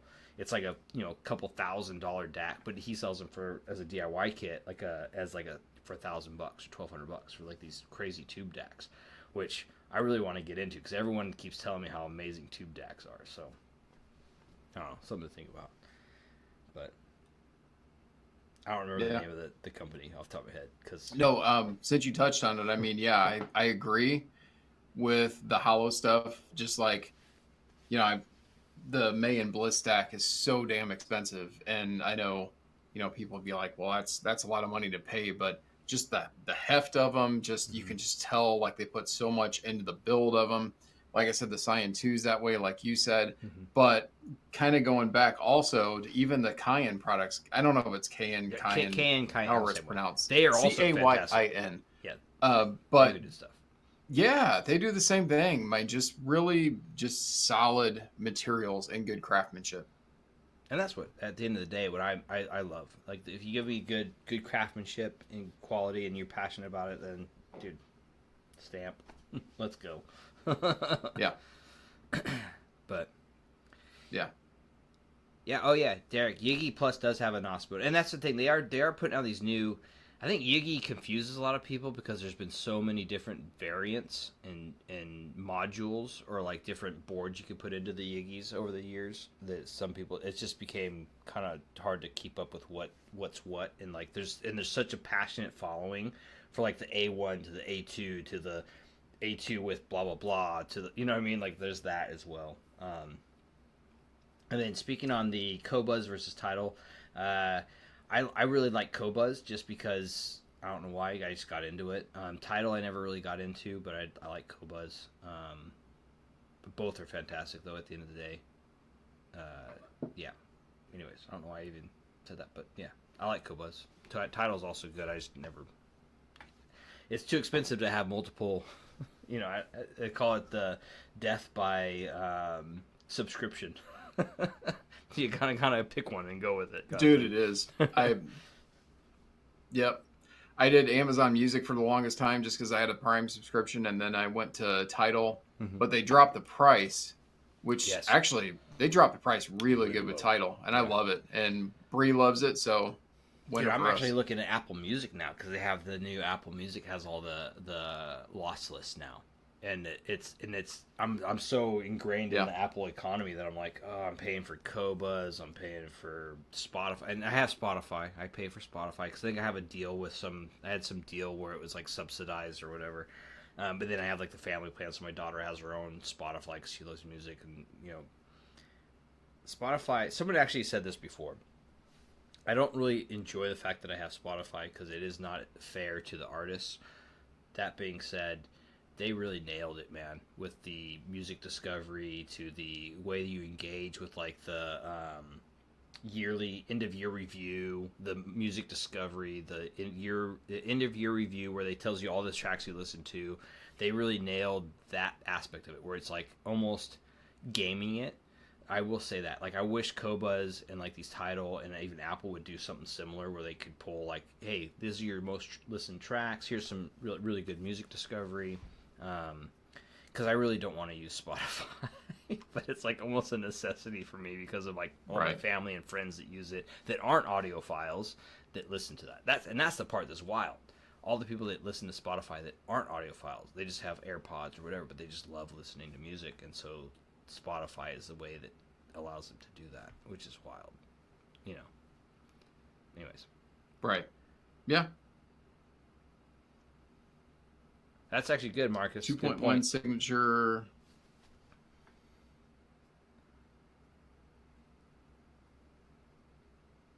Yeah, there's so many boards, Derek. Sorry, I'm trying to catch up to you right now, Ryan. I'm sure you did say things through the chat. Yeah. I was reading them too. MQA and adopted losses. This is the way. Yeah, dropped MQA. Yeah, definitely. MQA was such a weird thing. I love that it had a little purple icon on the HiFi stuff because I love purple. But that was about it. Let's see. Hey, if you want me to dissuade you from Hollow the Cyan 2, I can tell you that it's about $100 to ship it because it's not made in the U.S. So when you buy it, it's some serious shipping costs. I bought the Cyan 2 and the Hollow Red, and it was about $185 shipped from China. So So I don't know how much of this is common knowledge, but so the guys that build the Hollow stuff, right?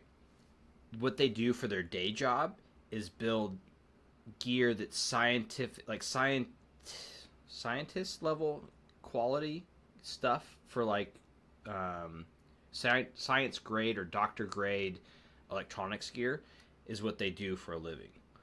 if that makes sense. So their quality, that's what I'm trying to get at. Is like the quality that they're building at is at the science level. Like, so we're talking like it can only have so much errors or so many like sorry, I drank too much Macallan or too much scotch. What am I thinking of this? There's a word for it. But they can only have so much like they can only have so much what's that called when it's like variance in like how much the numbers are changing, deviations in like the quality of like the power going through the different components. Like it has to be like thank you, tolerance, error tolerance. Thank you, Donald. Scotch is not always great for the brain to be thinking well, especially ADHD me. I knocked my glass off. Tyler can't think. But like, yeah, error tolerance. So they're performing on an error tolerance that's like on that level, like the science and doctor level of tolerance level. So when they're making their hollow stuff, like honestly, go to like Kitsune Audio, go to Hollow Audio, and look at the inside of their boards and look at how they put those things together, and you're gonna just be like it's crazy. Like it's so everything about it is just so pretty. And you know who else? Like, I mean, a lot of people do this stuff. Like, that's something I always look at. Like, I love the internals. I call it the naked. Like looking at the amps and DACs naked, right? Amps and sound is another one. Like he takes so much time, and it's simple. His stuff is very simple, old school circuit board or circuit tree, like tube amp style builds. But if you look at the internals of an amps and sound as well, like the way it's all put together is just so precise and so well made, so well put together. Same thing with the K and stuff. Same thing with trying to think who else is really good at that. Once again, ADHD and booze, but I mean, there's so many. There's a lot, but that's something I would always look at if you're looking at for quality. And ZMF, Zach. Yeah, Zach. Meze, man. Meze is another. As far as headphones, yeah, headphone side of the house is a whole other beast. Yeah, fantastically well built. I don't know if that's a really good way to say that. I always say it though, fantastically well built. Anyways, yeah, there's that's something that I really care about, like how much passion and care people put into the products that they're making. Like that will tell you. These guys, actually, that's another one. Yeah, the ECP guys.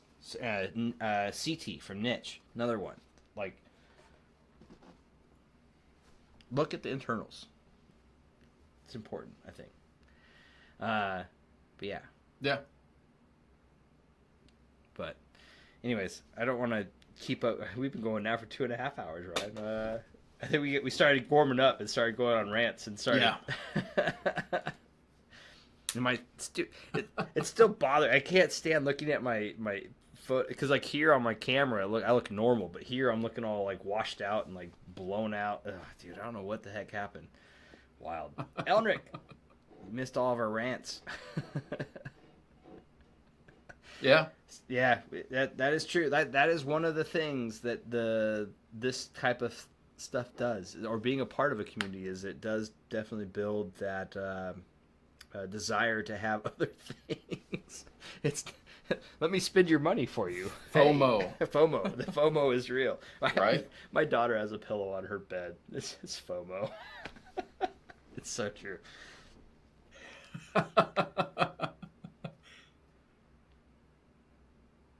Ooh, yeah, dude. Like the volume on that Bliss, the volume pot. Ooh, it does. Like that's what I'm telling you about. Like right when I was talking about before, it's like there's a feel, there's a connection there. Like when you have certain things, you know, it's another fantastic volume pot is the giant knob on the Element, the JDS Labs Element or L Amp. And it has like this giant one of the best. God, this sounds so bad, but one of the best knob feels. There's so many dirty connotations to audio, or just any hobby, but right? Yes, there is. But yeah, like the Element. If you ever get a chance, and which by the way, the JDS Labs partners, they're really close with ZMF, which I didn't know until I actually started getting to know ZMF, and they're actually right there. The homage. The homage, yep, exactly.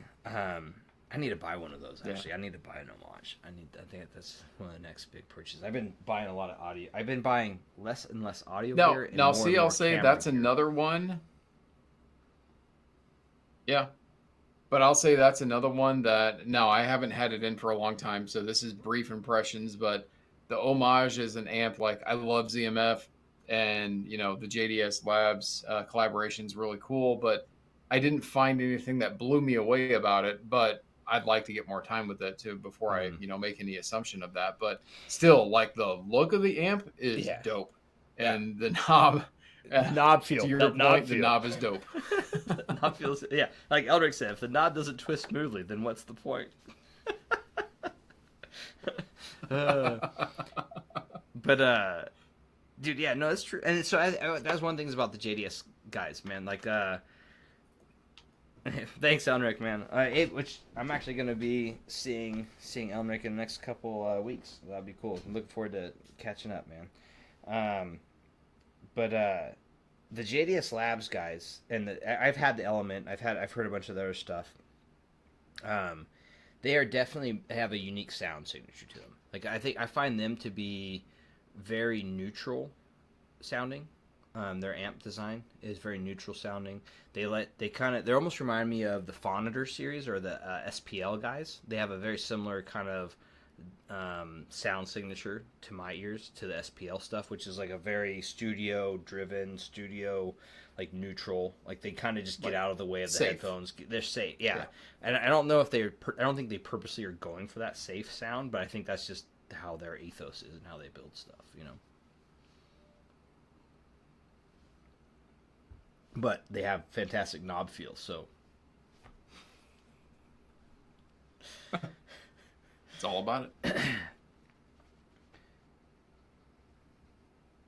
it. Dude, yeah, see, Marcus, you get it. Interaction between, and that's what I was talking about too, like the interaction between your gear and you is like, it I'm going to sound weird here, but like when you're if you're a single dude and you're in a bar, your first impressions of someone that you want to go talk to is that first, your visual, your auditory, your it's all your senses, right?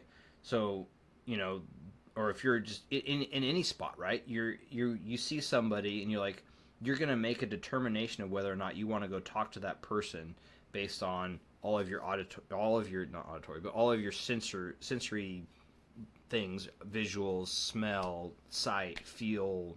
Not that you're touching people in public, but you know what I mean. Like, so that it goes into all your audio gear too, right? Like, like don't go touch people randomly. And people I just want to make sure you feel good before I start becoming friends with you.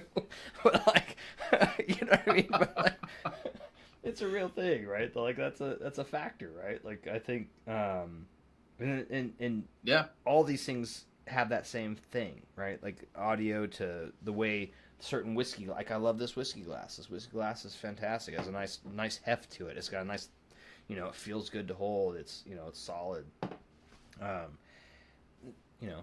There's those things matter. So I kind of brought it full circle back to the other topic, but yeah. Anyhow, I don't want to keep you, man. No, it's a valid point. I mean, I've got headphones that I have sitting on stands that I don't listen to as much simply because I'm like, I'd rather listen to my pretty ZMF than that headphone. Valid. I was actually thinking about this the other day. I was like, dude, I don't own, outside of my HD800s, I have a pair of broken HD700s I used to game with. They're up here. I need to fix them somehow. But like, I really only own ETAs and CMFs. And Koss, Porta Pros. Ooh, Phil phone. I do want to hear more Phil phones. Have you heard of the Phil phone? Right? So no. It's this guy Phil. He makes headphones. He mods them. So he takes old Audio Technica, like cups and headband, like old things, and he mods them. He adds different drivers to them, and he makes his own. I think he does he do Fostex stuff too? Multi-kill? But it's Phil phone, but he does these really cool mods where he takes, I think originally it was all like Audio Technica stuff or like funky looking ones like that, but he would put cool. Yeah, dude, and then he does some really cool stuff. 8700, yes, with Fostex drivers. That's right. So he does the Fostex drivers inside of the 80s, yeah, Biodyna drivers. And he does his own tuning, and yeah, he does some cool stuff, man. But once again, that's that really cool niche, like where you got these hobbyists that are building things and really passionate. And yeah, another kid that it's like, I feel the Starry Night kid. He did some pretty cool stuff, but I think he went down a weird path with the how to say this, there was an impression that he was copying ZMF, and then he put that out as well. But SJY, Right. like, dude, what a cool, like, the kid, super smart kid, Jeff. Yeah, like, nice kid. He's doing some really cool things. And there was just, and that's the other thing. Like, I don't really like getting into the audio drama too much. So if there's some drama that I'm just like, dude, I don't need to be in part of this. I'll just remove myself. But like, that's what happened with SJY Audio a little bit. There's some drama there, but with ZMF specifically, which I'm really close to ZMF. So I was like, I'm just gonna take myself out of this equation. But that kid, I think, pay attention to that kid, the SJY stuff, because like, he's doing really cool things. That's another one that's doing really cool audio gear. He's doing a really cool modding scene as well. So, but anyways, yeah, I think I'm kind of hitting that weird end of the drinking water. Yeah, no, I am too. I actually had Bree text me. She's like, "You guys almost done?" I'm like, "No, how long's it been?" This is our life now. We're just here. Right. Bree, we're Cartman now. Bree, toilet. We're talking knobs, man. You're talking knobs. But yeah, thanks for kicking it with us, everybody. This was really fun. I need to start doing this more. Absolutely. I think we should try to do more of these back and forth, especially so I could get this stupid camera to work properly and not show up as like a weird desaturated crazy thing. I agree, man. I was saying the other day, like, the one thing I love about lives is I don't have the stressor of B-roll, and because I like to do full-fledged videos of everything I can, but this is cool. Like, it's just very chill, and I get to talk about stuff I love. Yep. So with cool people. Yeah, dude. Exactly that. And then the community too. Like, I think that's super dope. I wish there was a better way to like incorporate community more, but yeah, like I think that's the cool part. Like the community aspect, like yeah, it's just so much fun. It'd be fun. We should do one of these streams where we just talk about music. Like just we'll pick, like, we should do like a top 10 tracks of the last like year or something. I don't know. And then we get some music discovery. Yeah, that'd be a lot of fun. Grab some other people. But yeah. Anyways, thanks everybody for joining. This was a lot of fun. It's been a minute. And speaking of streaming, that's actually how I got into doing this. Was all I did was streaming my first year, I think, year and a half, 2 years. That's all I did was streams. So when I started watching you, yeah, so I kind of want to get back to that. To be honest, I kind of miss that. I miss this. Like you said, this is what's awesome. Like chatting with people, and so, yeah. Anyways, I'll let everybody have it. Ryan, I'll let you do the sayonaras, and I'll hit the end stream. And thanks everybody for joining and staying up late with us on this HiFi After Dark. Yeah, ditto what Tyler said. Thanks guys for joining. It's been a lot of fun, guys. Sorry I've got some delayed responses. I've had some delayed videos, but it's been pretty smooth for the most part. So yeah, been a lot of fun. For sure. We'll get this figured out. We'll get it nailed. We'll get this thing going. Yeah, we're audio guys. We're not tech guys. True. Like, yeah, that's the other thing. People are, sorry, I'm gonna end real quick before I go off. People that say, "Oh man, audiophile reviewers and their audio sounds so bad," it's because I listen to audio. I don't know how to do the mic thing. So I'm not an engineer. Right. But anyway, sorry. Random thought. That's right. Anyways, cheers, everybody. Thanks, Ryan. Next time it's on you. I'll jump on with you next time. Sounds good, man. Always. All right. Cheers, everybody.